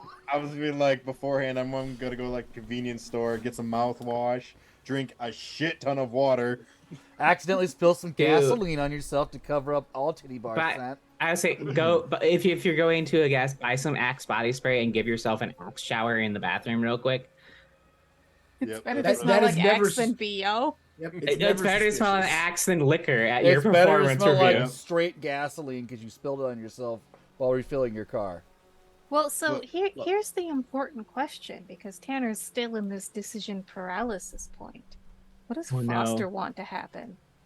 Oh no. True. Good point. Foster will look over to Tanner and be like, "Oh shoot, I forgot my KIA in the spinner. Can I borrow yours?" Sure, I guess. Gets it. Calls Evie.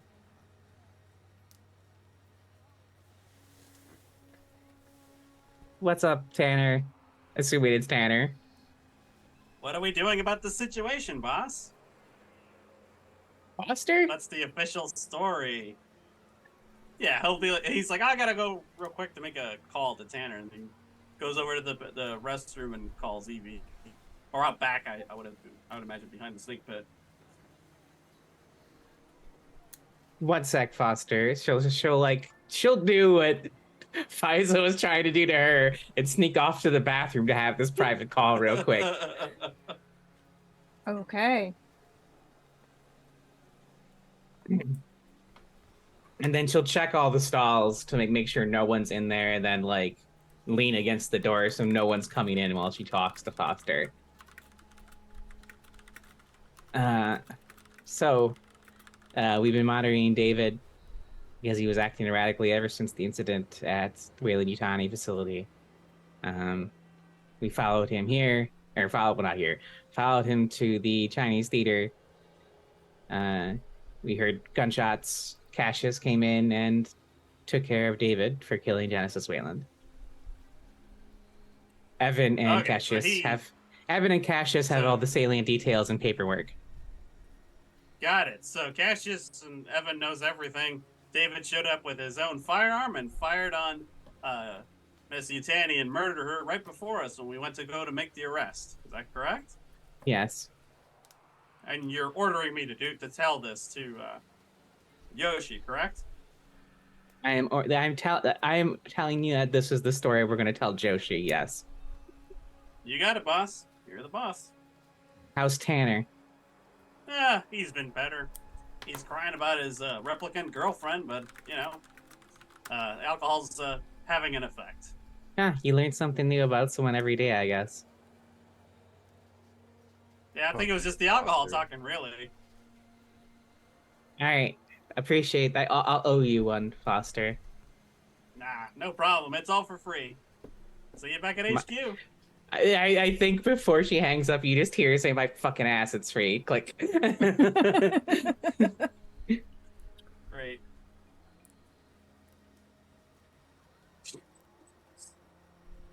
Okay. So, Foster, do you make any sort of touch base with HQ? Essentially, how are you handling the impending performance review with a very limp Tanner? Yeah. I'll after I I'll go ahead and recoup my KIA and say okie dokie. Be right over. So, are you going to give Tanner recovery time? That's up to him. I mean, if he wants to, I'll just tell her like, hey, I'm with Tanner. I'll come in, but he's a little sick right now. But I'll take him up as soon as I'm able. Okay. All right. So we'll carry forward Tanner's lack of success. It's fine. Cool. And so with that, it is 7:30 Pacific time.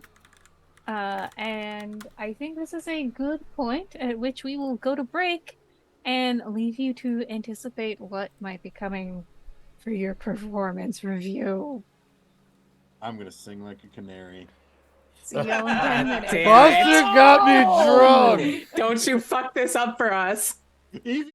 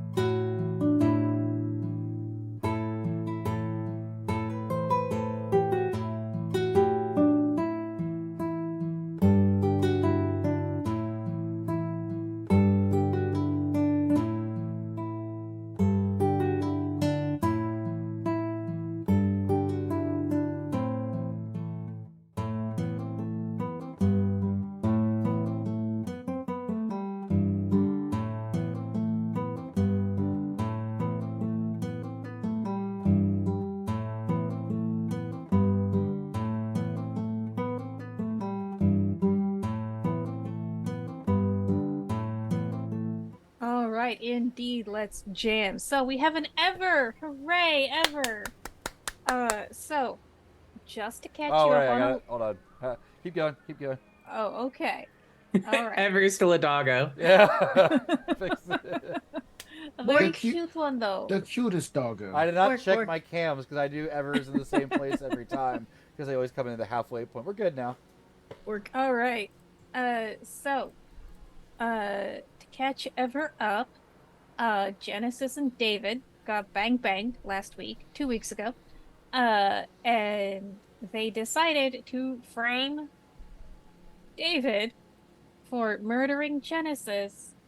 Whoops, I guess we have to retire him. So, you were lightly piloted that Quinn helped Cassius essentially, like, manhandle David's corpse to use his hands to fire some more bullets into Genesis's body. At which point, Evie freaked out and fucked off. And then Foster and Tanner, oh, my cat comes to say hi. Foster and Tanner also fucked off because some people can't handle their shit and keep getting to 0 resolve. Off.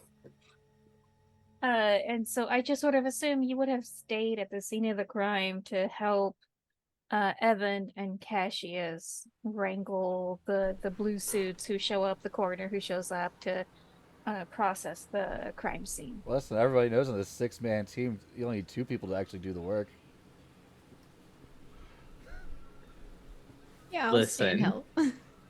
All right, so halfway through this, everyone gets a notice, including Evie and Tanner, both halfway through getting very, very drunk, that it's time for a performance review with Joshi. Oh God. She intends to do this 2 at a time with Foster Tanner, Evan Cassius, and Quinn Evie. Evie was able to sort of push their performance review to the final appointment.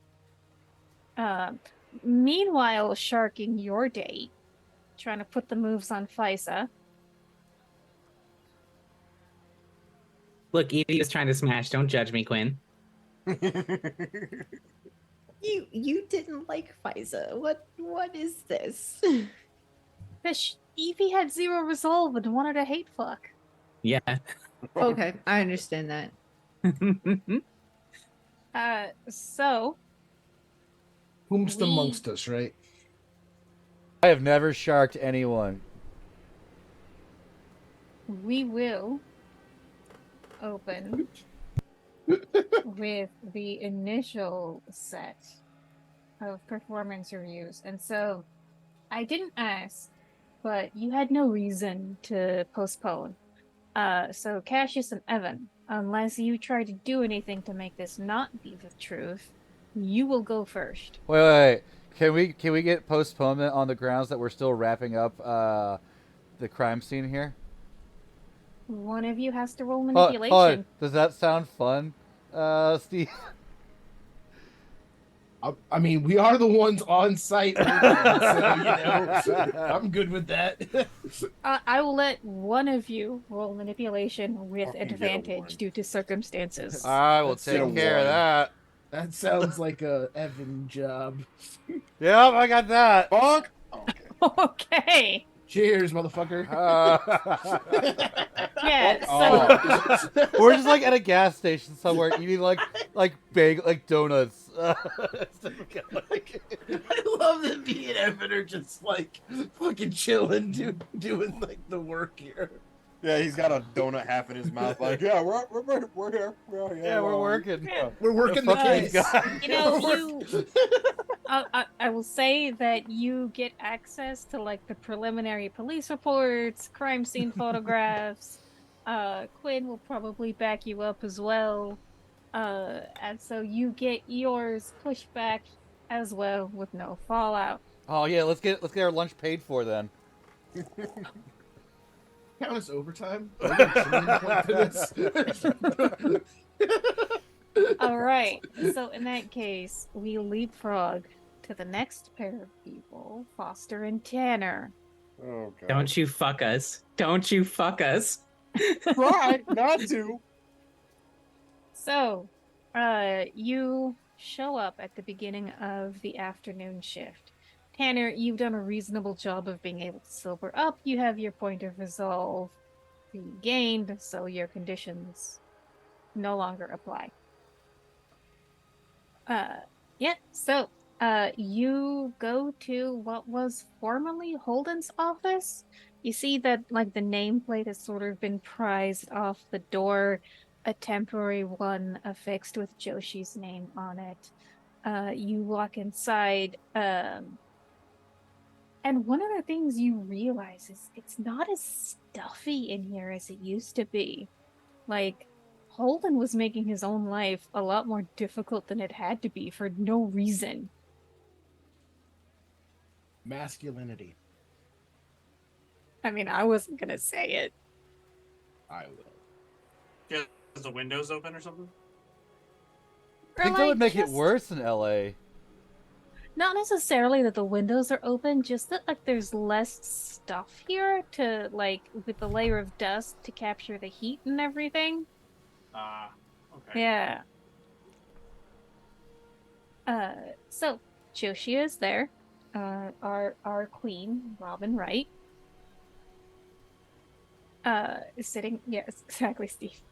Sitting at her desk. Yes. Officers. I'm sorry, the serial number is FSH14? Please, you can just call me Detective Worth or Foster, if you please. Frosty, at your service.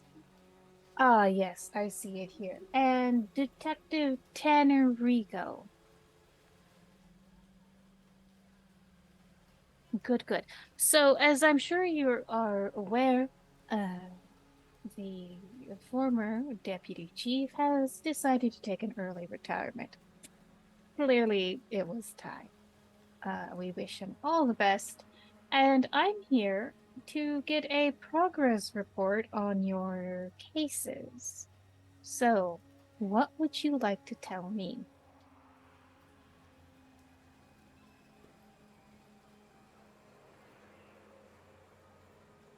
On all of our cases, or pending investigations are excluded? Oh, no, I don't need to know anything about cases that you've already resolved.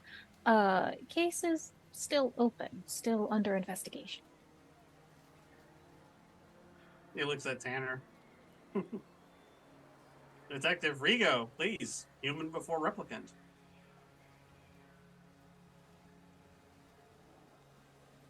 We had to subdue. We had to subdue a replicant, a rogue one.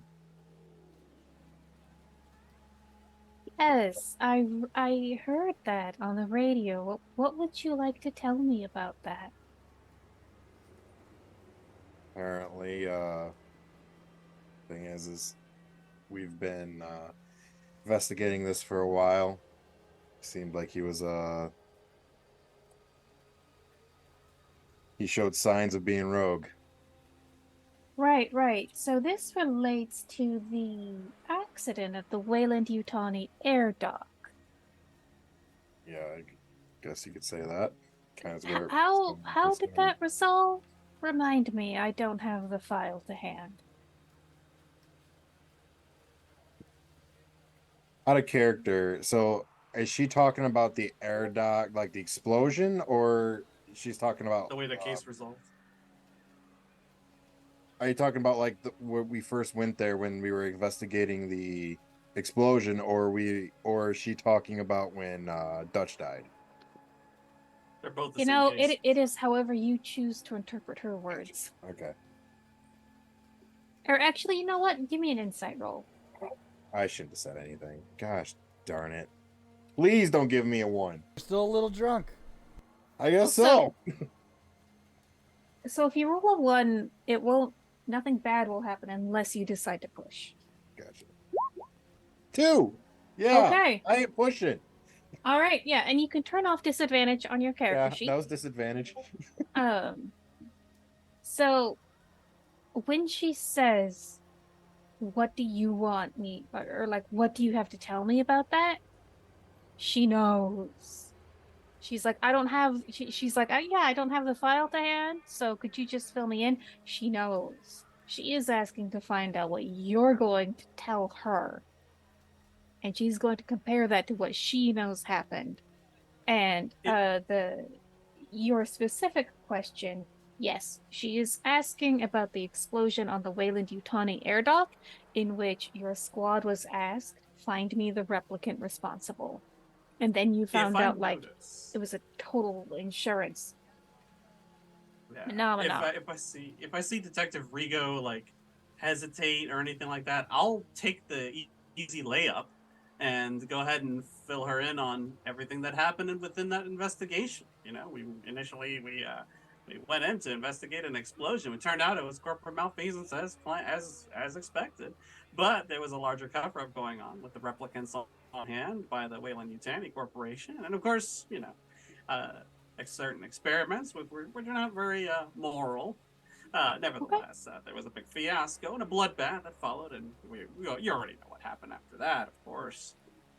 All right, so two big questions. Are you trying to deceive Joshi in any way? No, And if the answer, okay.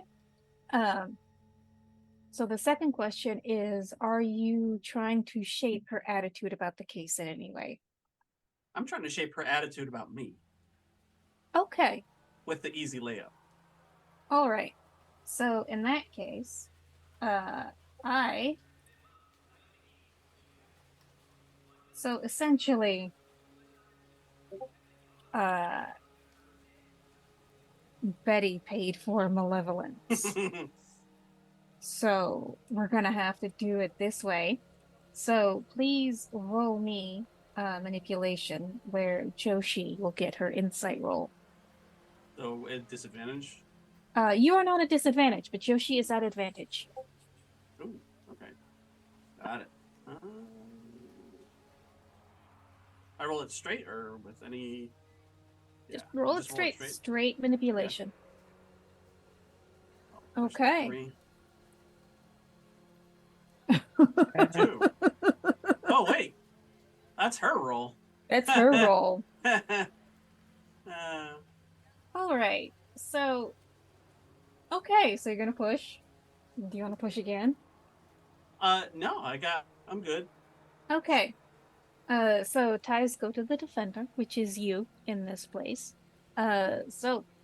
Yeah, as you sort of do your song and dance and your performance as Foster Worth or Foster the Worth, um, you're pretty sure she's buying it. You're the super helpful, super resourceful replicant that any squad would be grateful to have on their team.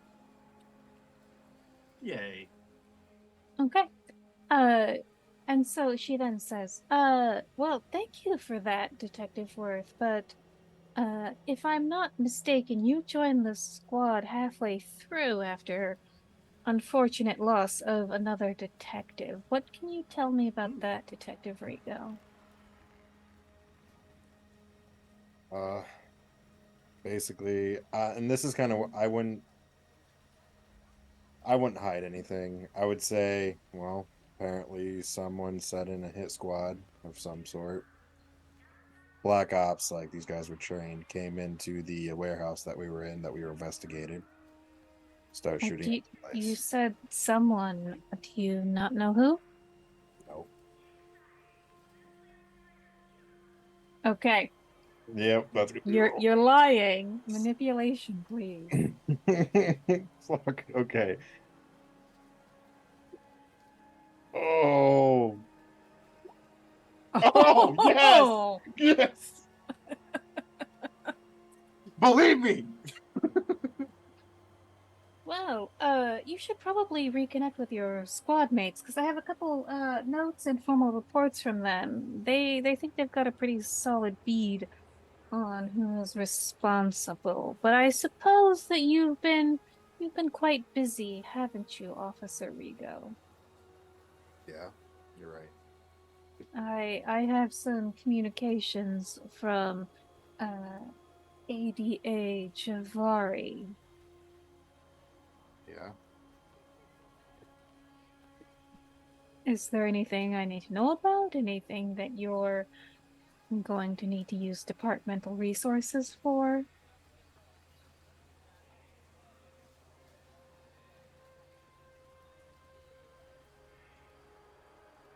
And I will give you this for free. This is the moment that you will have to get Joshi on your good side regarding your plan with Rhiannon Wilder and ADA Javari. Because you're like, yes, I want to empower Rep Detect Unit to have essentially be able to be like, you are creating the conditions for replicants to go bad, so stop. You want to give the department that power. This is the head of the department. You want to get on her good side. Yeah, I am. I'm actually working with Jabari very closely. Yes, and so what's going on with that? What should I know about that? Well,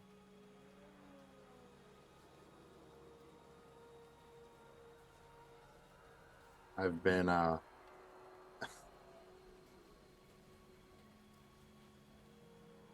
I would thing is I've been in contact with the UN. She's kind of a little bit of a partner with me on this. I want to be able to get Rep Detect more power to be able to help the replicants just in general. Oh, that's an admirable goal. What do you need from me? I guess just your support and the, Mm-hmm. and And in this new system where we have this empowered rep detect unit, where do you see yourself?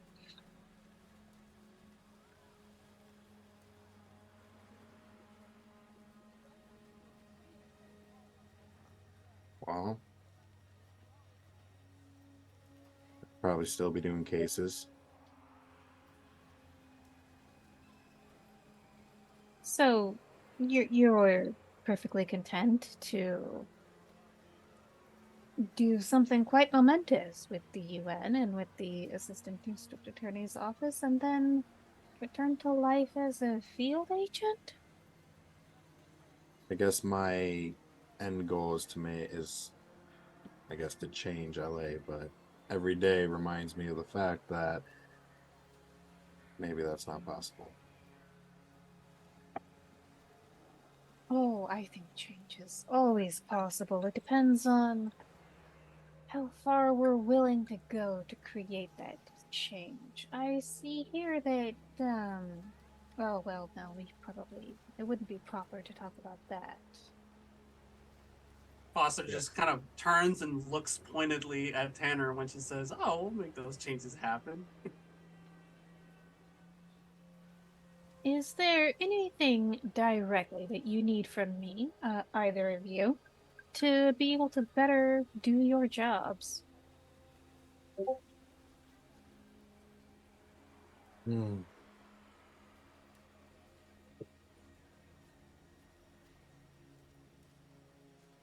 So I would probably say, well, mm, question would be getting like making it easier to get warrants. Is that something that she could actually help with? Absolutely could. You might have to roll for it. Got you. Well, to be honest with you, it was hell and a half trying to get some of these warrants to be able to investigate the couple of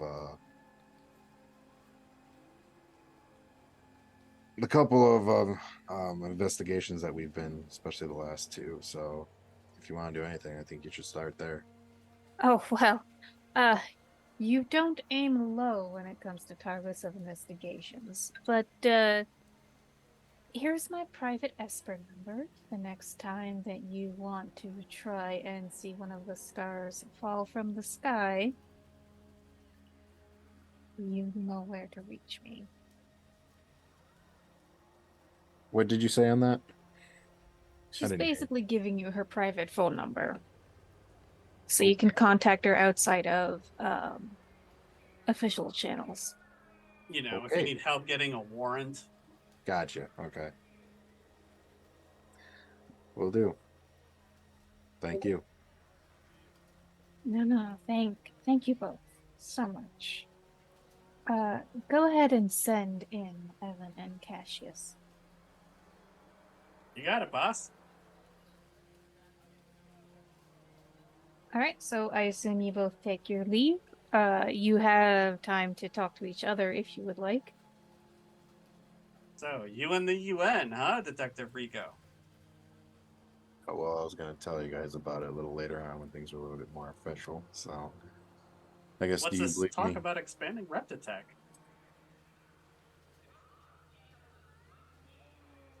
I guess it's my way of trying to change the city. If we have a more powerful Reptitech, we could probably keep some of these companies in line, especially with the abuse of replicants just in general. Put What's standard holding us back right now? right now? Yeah. I guess it's just right now. Oh, you're gonna freaking Foster, I swear to God.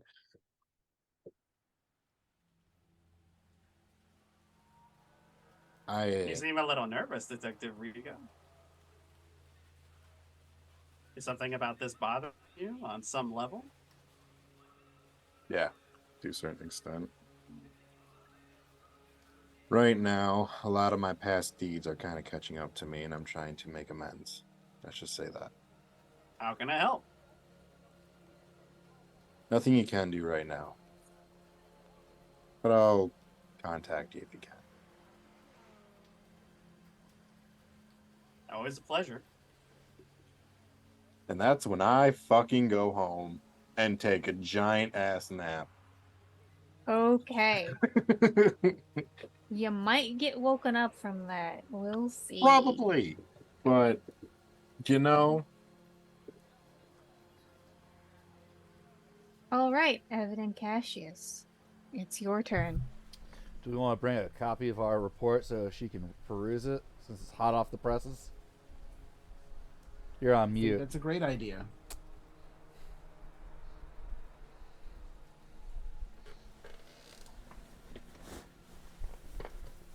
All right, Wait. so Yeah, so we're bringing the report, a copy of the report with us. all right, excellent. So you enter the same office, same settings, same decor, same ambiance. I can't. Let's tighten this up just a little bit. Here we go. All right. Hi. All right. Fix Evan's collar a little bit. And... Why don't you touch my fucking collar? All right, let's go. All right. Hello. Thank you for meeting with me, Officer Cassius. Doesn't seem to have recorded your last name here.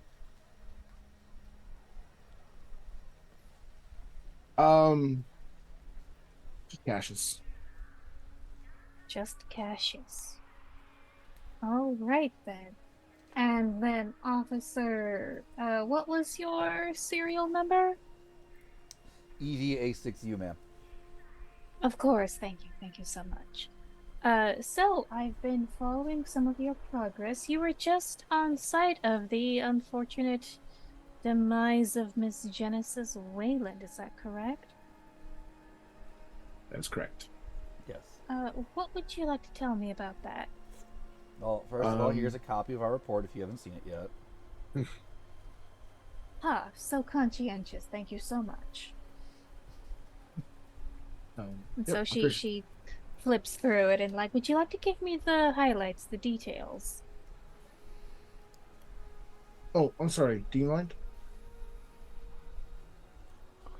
Oh, I haven't finished airing out the blinds. Go ahead. Thank you.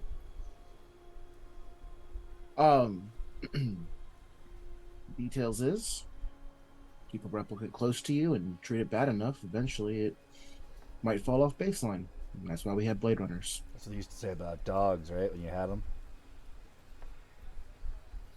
I suppose so. You've been talking to Tanner, haven't you? Or, I'm sorry, Detective Rigo. We work together. It's pretty hard to work together and not talk to each other. He's a fine Blade Runner. Brings a lot to the team. So I Doesn't assume cause problems you're- for us when we're working. I assume you're on board with his UN project?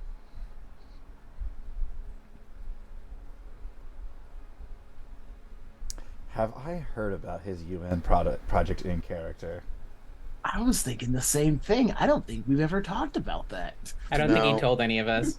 Evan was gonna be the first one Yeah. because he was good. Like, Whoops! yeah, thanks God for you not being there last night, because that was gonna be a conversation me and Evan was gonna have. But you know, So, a wave of genuine kind of confusion. I don't have the over- details, but if Rigo's involved with the UN, I'm all for it.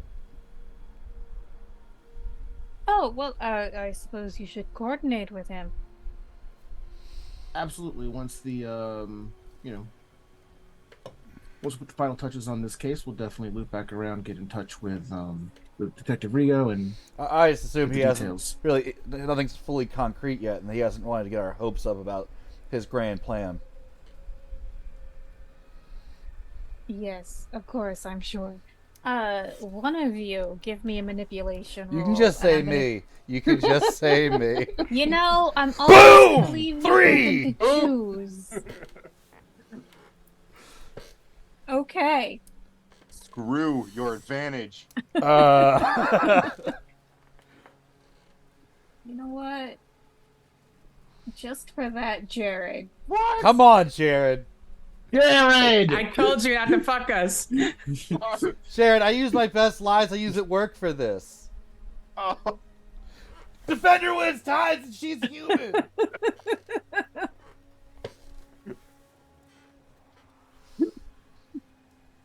All right. So you see her look at you a little weirdly, and then she's like, "Oh, okay. I guess they're on the level." You think. So, is there anything else you want to tell me about your current open cases?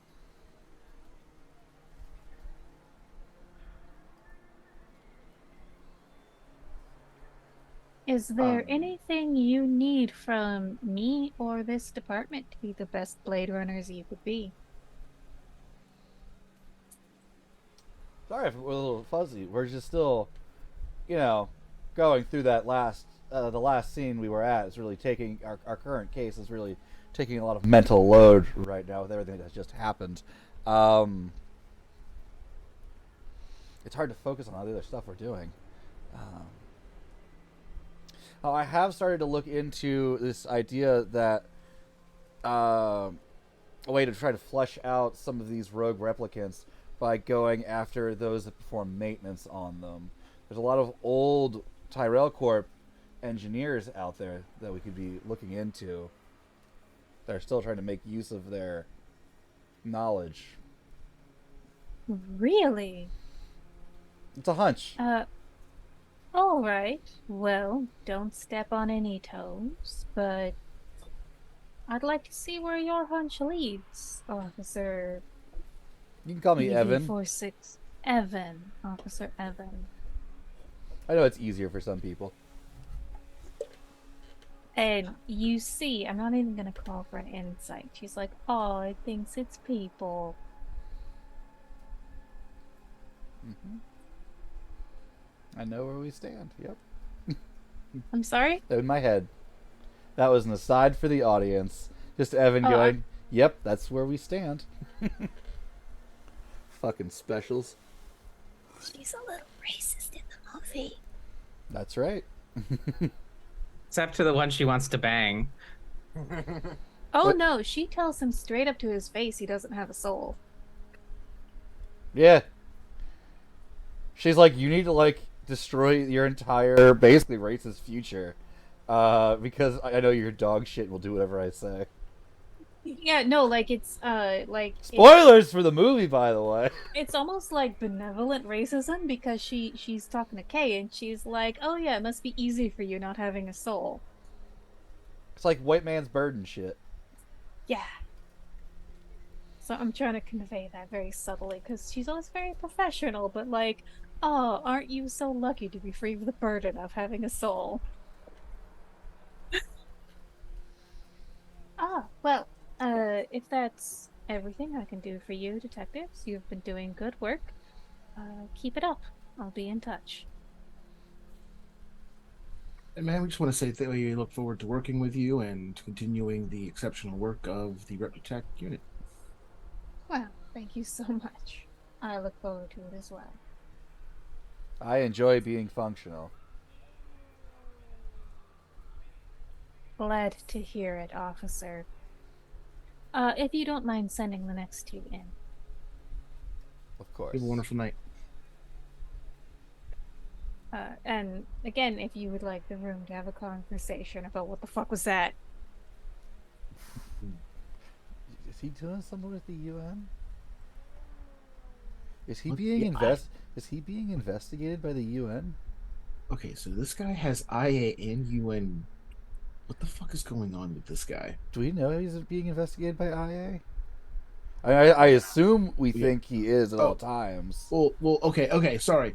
So if you say that, I'll say like they approached me with questions about him. They have an active interest in him. Oh, Let's is he like smuggling stuff off world or something? What do you say we keep a closer eye on Rigo on the next case? Do you think he's gonna make it that long? Probably not. He smelled like gasoline. And we passed Gas him in the station hall. taquitos. That's what they serve at the snake pit. What do you want? No, because he did the axe shower in the Oh, gas okay. station bathroom. Where did Foster take him? I'm not going to ask those types of questions between those two. All I know is that right now, Evan, I appreciate you. You gave me a place to stay when I needed it. Thanks for being on the team. You got it, partner. See you tomorrow.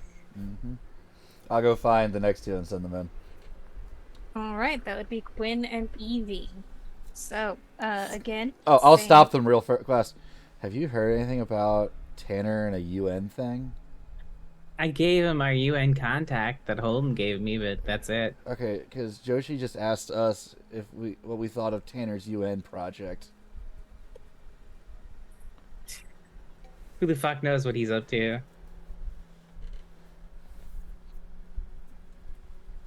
I haven't heard anything. Wait, out of character. Didn't Yeah, and no one knows anything about it. Didn't Tanner explain like a little bit when he had asked Quinn for help? No, that was the other case. Sorry. Yeah. But he had said he has goals and kind of left it Right. vague. Yeah, I Nebulous, did say, yeah. I got something writing on this. Like, if she Sure. dies, then yeah. Oh, okay. Yeah, we never got specifics about what he was doing. Mm-hmm. You know, he did say something kind of like regarding the whole situation with Genesis, that something big was riding on the case of Genesis, so maybe that's connected. I'm not really sure. Yeah, we kind of just were vague. So, heads up. I mean, what is he working on with the UN anyway? We don't know. She didn't tell We don't us. know.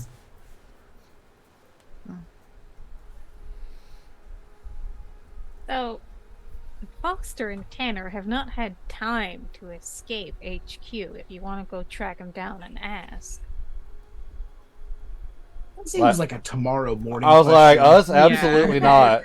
I don't want to get Yeah, involved in that's- this smuggling ring. Honestly, Evie's thinking the less she knows about whatever Tanner's got his dirty little fingers into, the better. The less you Before have to going lie into under room. oath about. Evie and Quinn have an appointment, so that was mostly directed Oh, at Evan and Cassius. cool. So, speaking of, you are brought into Joshi's office. Same description as normal, especially pertinent for Quinn. Even though this is your partner, she is not acknowledging that. She is very clearly trying to convey that she is unbiased and that this is a professional setting. Yes. Officer Kinsey, Officer Tafana, please have a seat.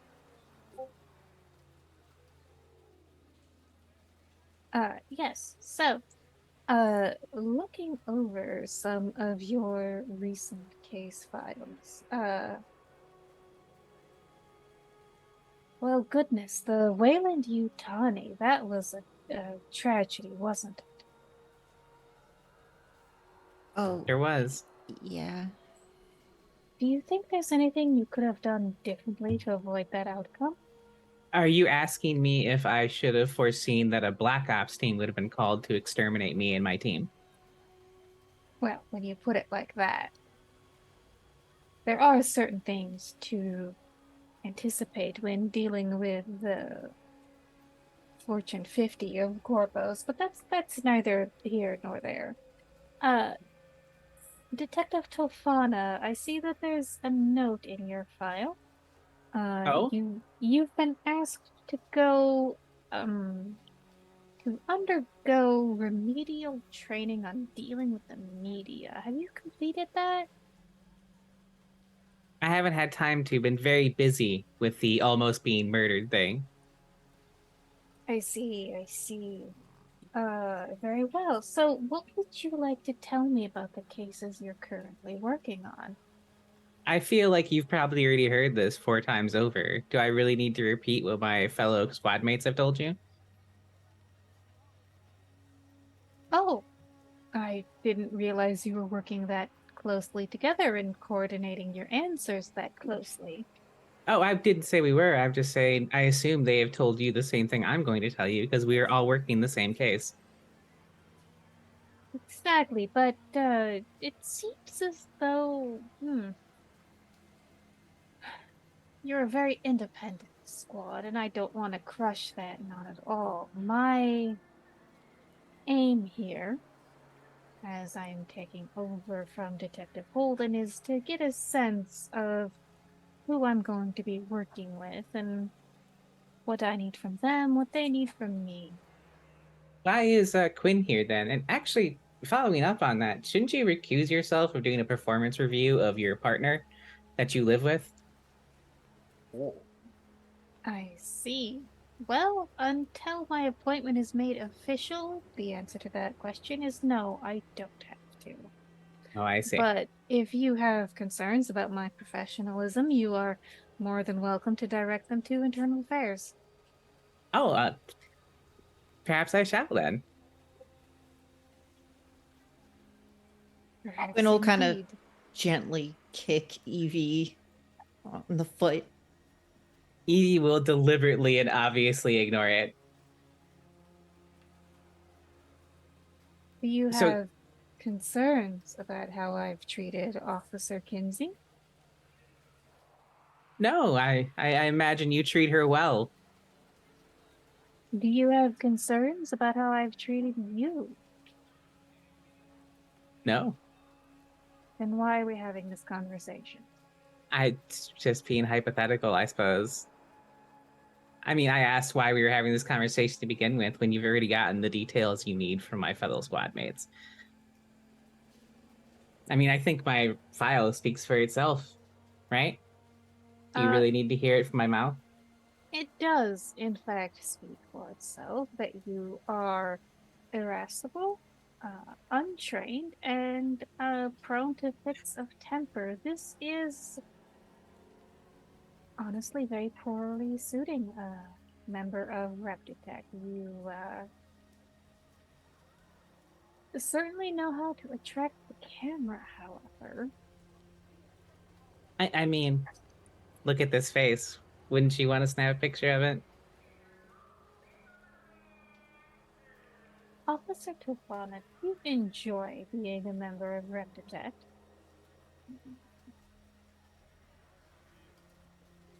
Is Do you this find relevant? this? It is. Do you find this work fulfilling?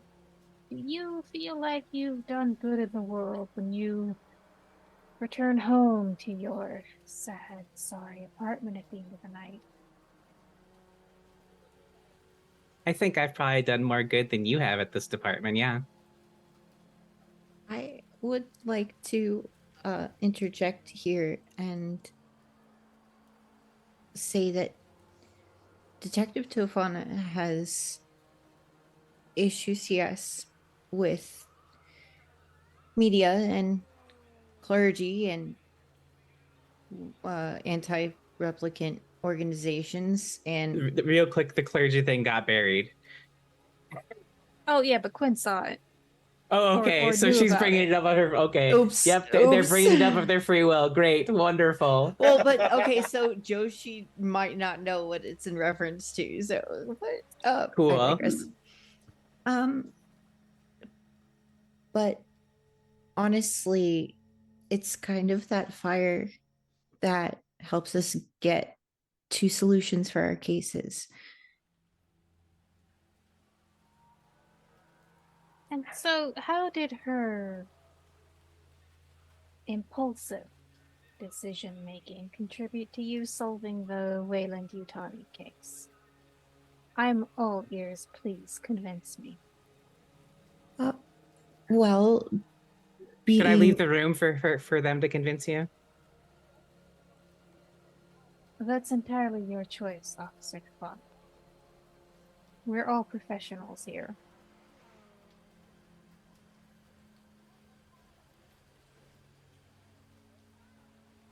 Evie was willing to investigate the higher ups that were ultimately responsible for the whole situation.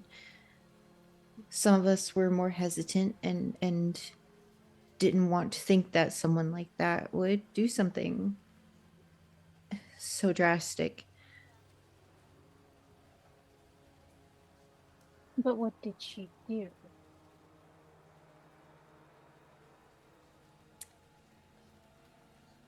Well, ask the questions that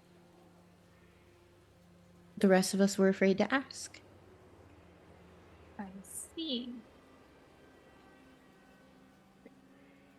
Officer Tofana, I will be perfectly frank with you. I have in your personnel file a form that Deputy Chief Holden was close to completing before he decided to retire. Oh. He wanted to put you on probation. That's cute. I'm letting you know that this form exists. I am not going to complete it at this time. I am, however, letting you know that such a thing is a possibility in your relatively near future, depending on the choices you make. You have all the power in this situation.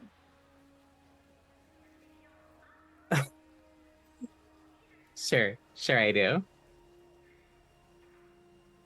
Is there anything that you need from me or Reptitech to ensure success in your job?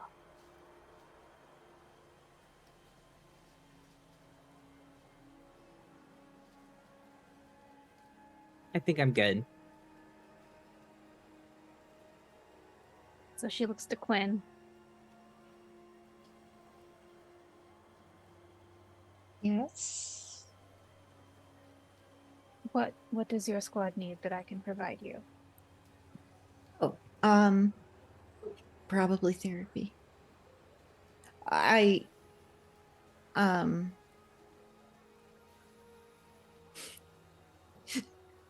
Ben's face. Everybody's face. Well, your squad has been through some traumatic events. My condolences on the loss of Officer Olson. I'll put in a request for some counseling very soon. And I assume oh yes, the replicants on your squad have gone through baseline, so I suppose they don't need it. Yep. They're all quite. Every replicant we know of has gone through baseline. All right. So Betty spent malevolence. So I have to. I've got to make the malevolence bite. So go ahead and roll manipulation, and I'm going to roll Joshi's insight. You're like, Oh, damn it, I'm dude. getting someone today. And that's a lover's insight. Why are That's you a- only that's rolling gotta one be- die? Yeah, you only rolled one. I'm die. unhelping.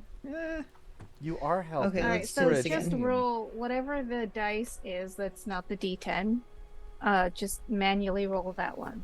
I don't know what that is. All right, so what's your empathy? It is a B. All right, so that's a d10. What's your insight? Also a B. Manipulation, A you D10. mean? Okay, another d10. Right. Or it's- yeah, manipulation. Sorry. Oh, manipulation is a D. Is it That's a D? D6. Okay, so roll 1d6 and hope for a 6.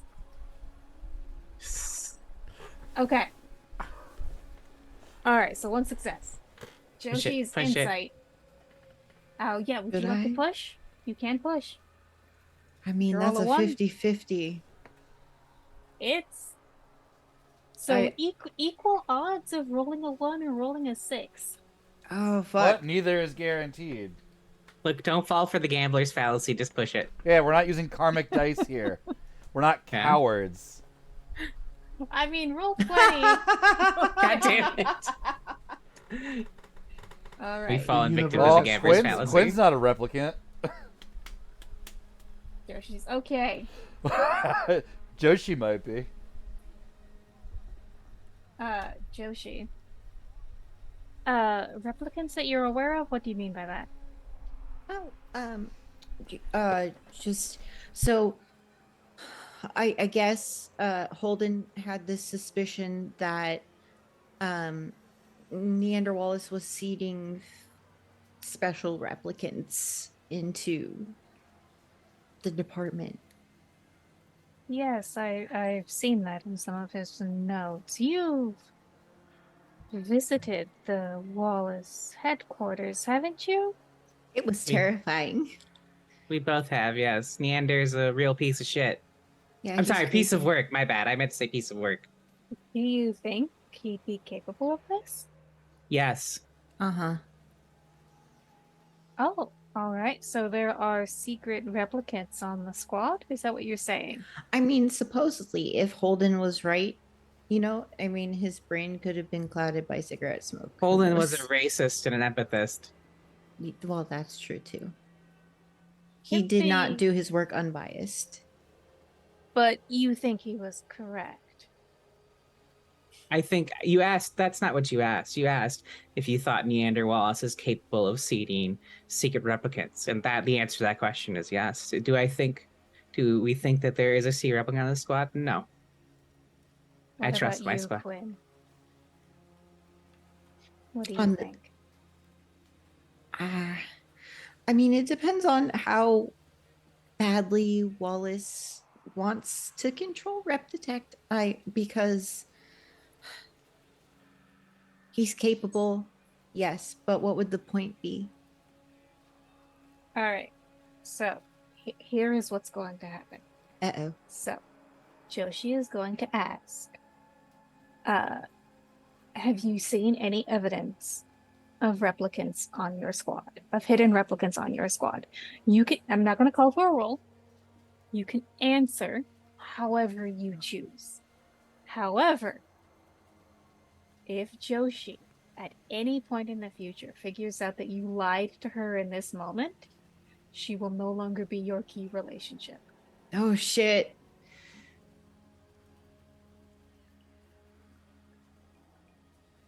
So she will Oh ask. shit.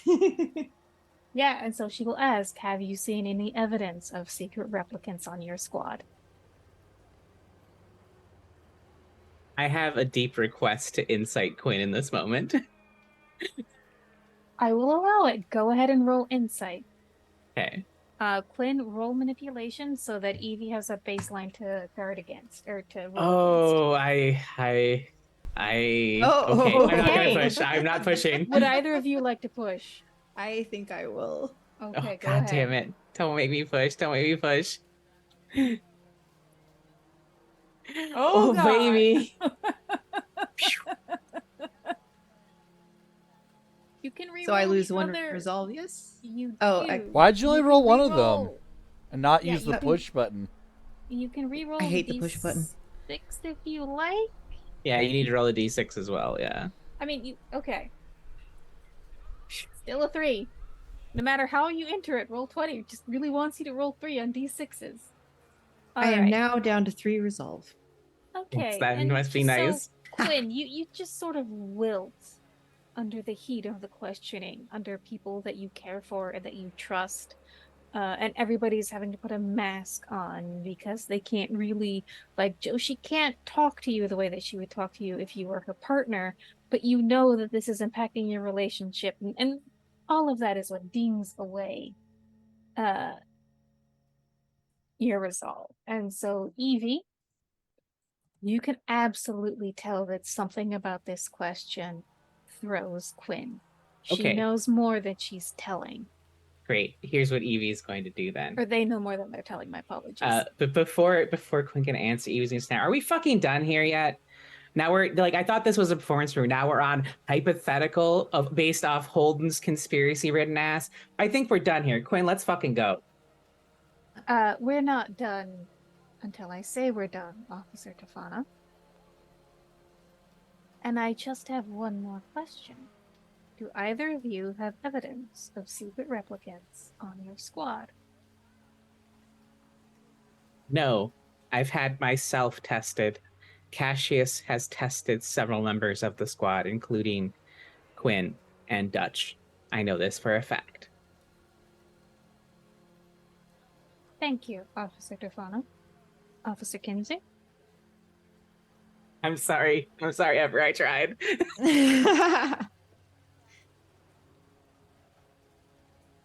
All 3 successes.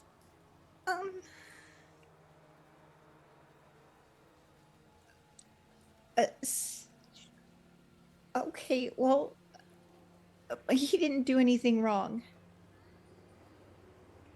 Who didn't do anything wrong?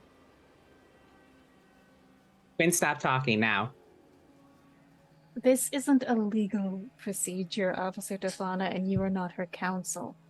That's correct. So, Quinn, stop talking now. You don't have to answer these questions. No, they do. In fact, they do.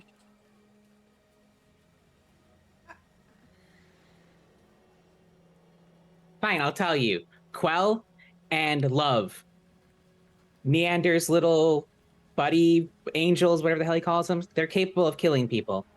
Okay? There you go. There's your juicy tidbit. When? Kick, kick, kick, kick. Just Quinn scoots the chair away.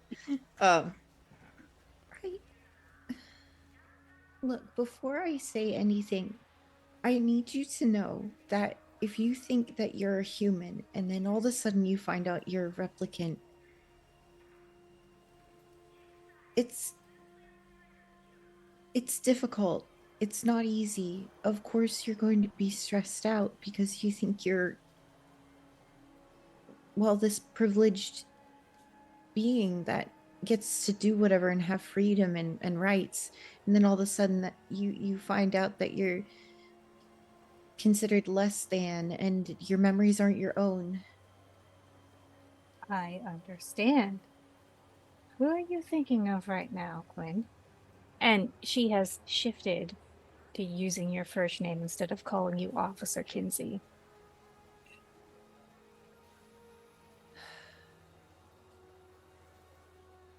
I just want you to know that he sacrificed part of himself to find out who the planted replicant was. He was willing to go far enough to protect the team. Thank you for the poetry. I need facts now, please. It's Cassius. Do you have proof? Well, he has it. There's a serial number inscribed on his pinky finger bone. I see. Well, thank you very much, Quinn. You've given me a lot to think about. Evie's going to get up and leave immediately after that revelation. I think this interview is over. And so once Evie is out of the room, Joshi will reach her hand across the desk to Quinn's. Thank you for telling me this. It's something I needed to know.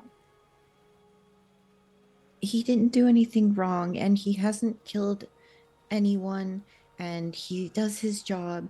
He does it better than the rest of us, quite honestly. If you think he needs to be retired or not, I will trust your judgment.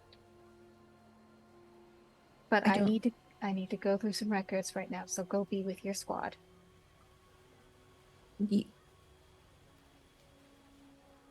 Please promise me you won't do anything to him. Respect his dignity.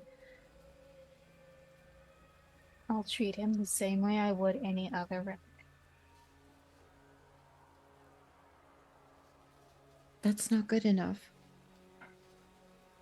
I'm sorry, but it has to be. No, you don't understand what he's been through. A lot of replicants suffer. That's why we make them. No, he thought he was human. If he hadn't cut off his own pinky finger for this team, we wouldn't even know. Quinn, here's what I can promise you right now, alright? Cassius has not done anything to make me think he needs to be retired. And as long as that stays true, he'll be safe.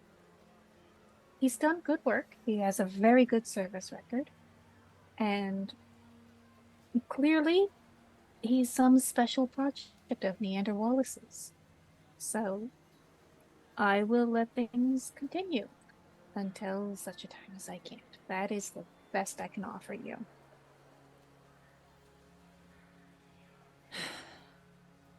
All right. Something else I'm working on. There's a Yes? memory specialist that Neander Wallace told us about.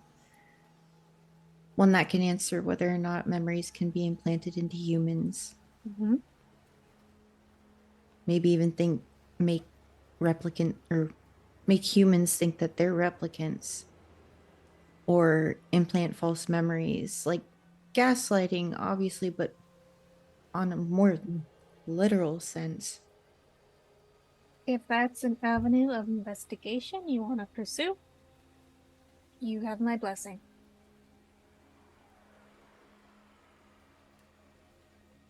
It just makes you wonder.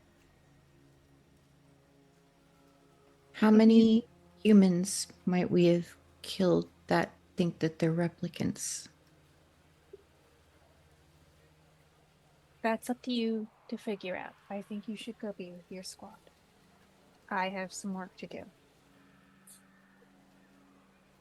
Okay.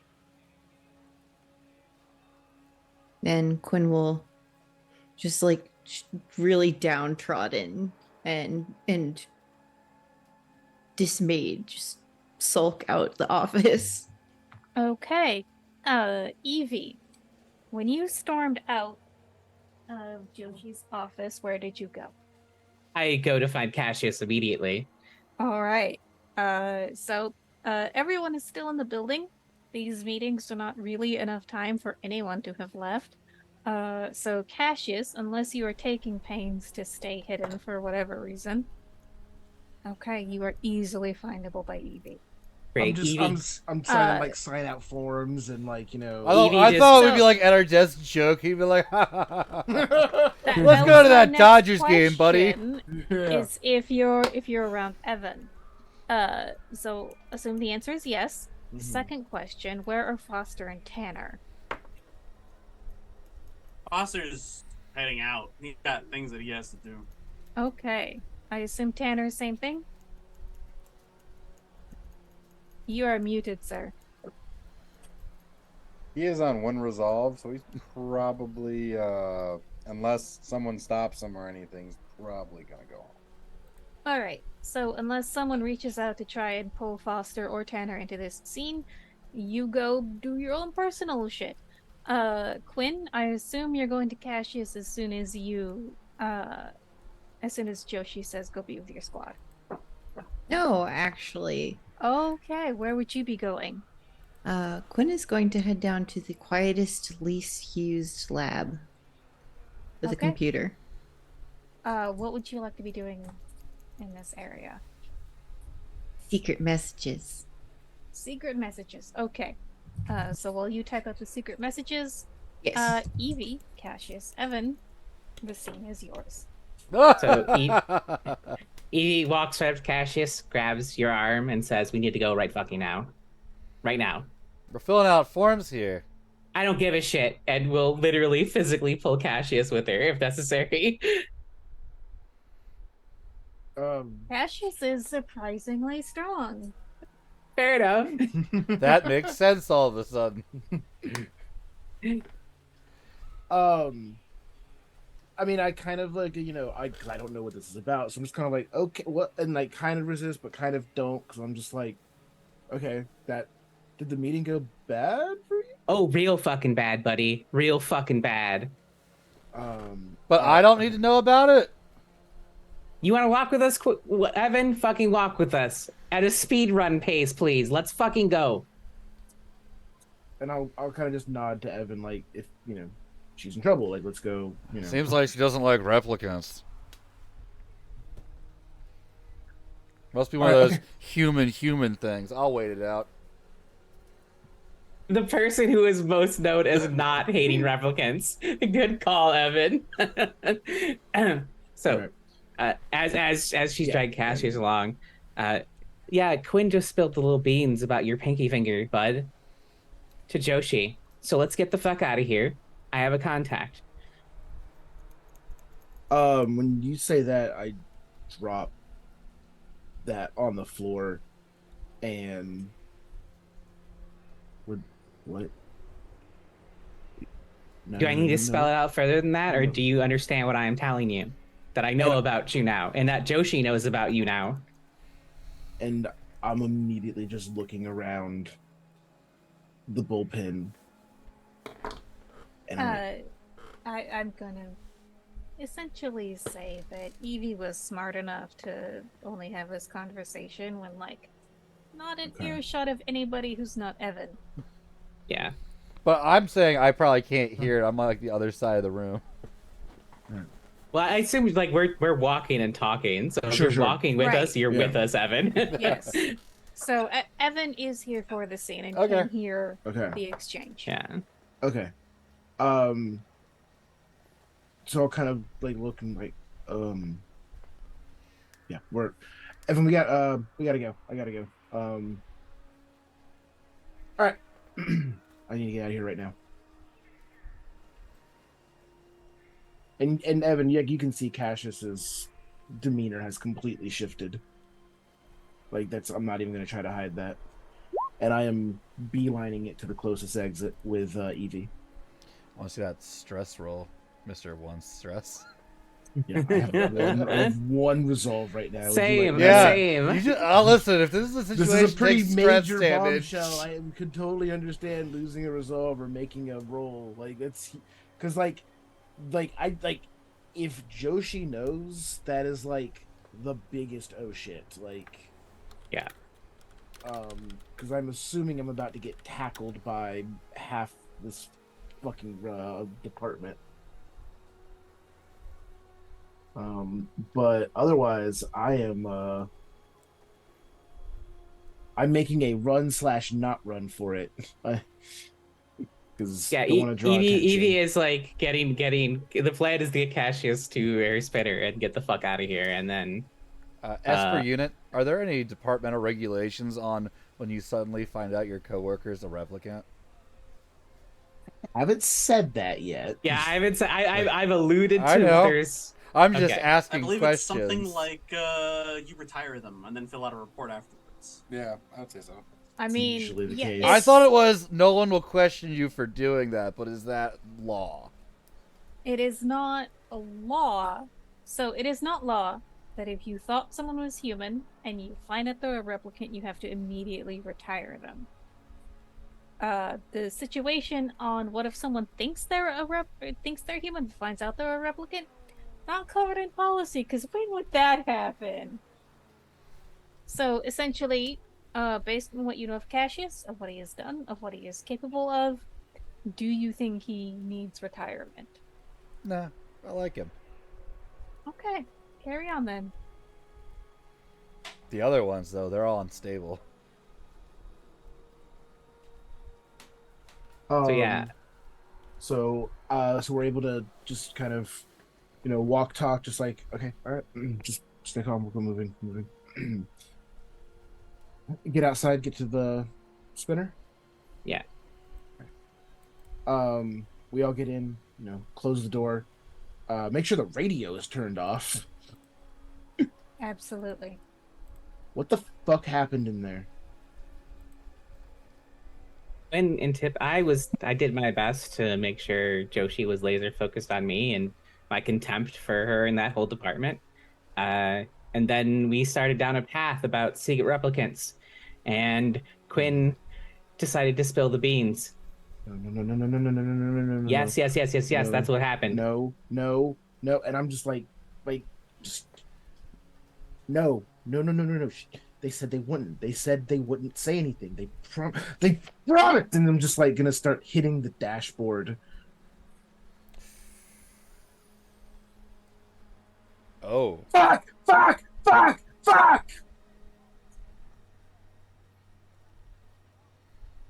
Evan, I need you to make a real difficult call right now, bud. If you stay in this car, you're helping me hide Cassius. If you get out of this car, it's just me doing this. Listen. You know how I can't lie. I'll just get out of the car. Great. So See you Evie's around, gonna make it. squad mates. Partner. Look at Evan and thank you. Bye. And Evan's gonna set off to find Quinn. Okay. Quinn, are you trying to stay hidden? Yes. All right. In that case, I would need This isn't a scene I need to fulfill tonight or anything, because we're Okay. at midnight here on the East Coast. That's true. So in that case, let's end with the roll. Quinn, please roll stealth. Evan, roll observation. Oh Jesus! Said, Holy you said shit. the roll. And he got a one. All right. Evan, it takes you a while, but you do find where Quinn is. And yes, that is where we're going to put a pin on it, and we will open next week Dumb. between Evan and Quinn. God.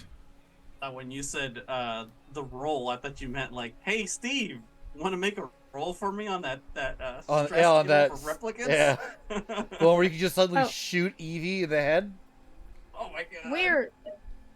We're gonna deal with that once we're off stream. How much Oh no! humanity and or promotion people might have gained or lost. But for now, Oh no. I feel thank like you we've all. lost a lot here. I've been doing great. Thank you all for watching. Team Replicant's been doing great. Thank you to my wonderful players for playing. And if we just want to do a quick round of who you are and where people can find you next on the internet. Hi, everybody. I've been a trader. I mean, I've been Quinn for half a session. uh, holy fuck. COD game is hard. Anyway, you can find me all over the internet as Am Changeling because it me, Am Changeling. You can find me on Etsy at Thornkind where I sell very gay stickers. Fuck DeSantis. And yeah, I'll be here maybe the same time next week, but I will definitely be here next week.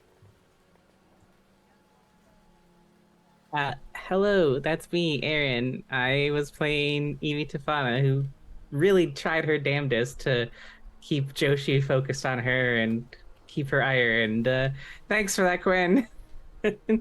um, you can find me pretty much everywhere as Great Cthulhu. You can next see me tomorrow. I'll be over at Lost Caravan RPG at 5 p.m. Pacific playing a one-shot of Cthulhu. They're raising money for National Mental Health Org, I want to say. And then on Sunday I'll be there again at the same time playing the final Call of Cthulhu one shot for their little charity drive this week. And then I'll be back here on Thursday running public access. That's Hello. me. Hi, I'm Eric. It's not you. It's I'm- Ben. It's Ben. Oh, sorry. Yeah, you're right. Hi, it's me, Ben. I was playing Evan, the straight man of the crew, apparently. The one with the least plotting going on, and least secrets apparently held. I don't have anything to plug except that now that it's past midnight, it's my friend Kayla's birthday, and I'd like to wish her a happy birthday. Happy Happy birthday, birthday, Kay! I know you're not Kay watching, is the but best. Well, to anyone who is watching, Kay is the best. Kay number one. It's true. You'll have to show Kay the clip afterwards. it's her fault for not watching. She doesn't have to If you see it. play in a game with Kay, Kay will romance you. 100%. Don't threaten Hi, me with a good I'm time. Eric at Modern Recluse Online, and I played Foster Worth. I'll be here next week for this awesome game. Hello, my name is Leo. You can find me here at Leo of the Black, and today I played Tanner Rigo, and he spent way too much time with Foster. Oh, Foster's great. Oh, he's amazing. Did Foster pay for the drinks? He did. Better have. Good host. That's a good friend. Oh yeah, mental like freaking torture. Hello, everybody. My name is Steve. My pronouns are he, him. And tonight I played Cassius, who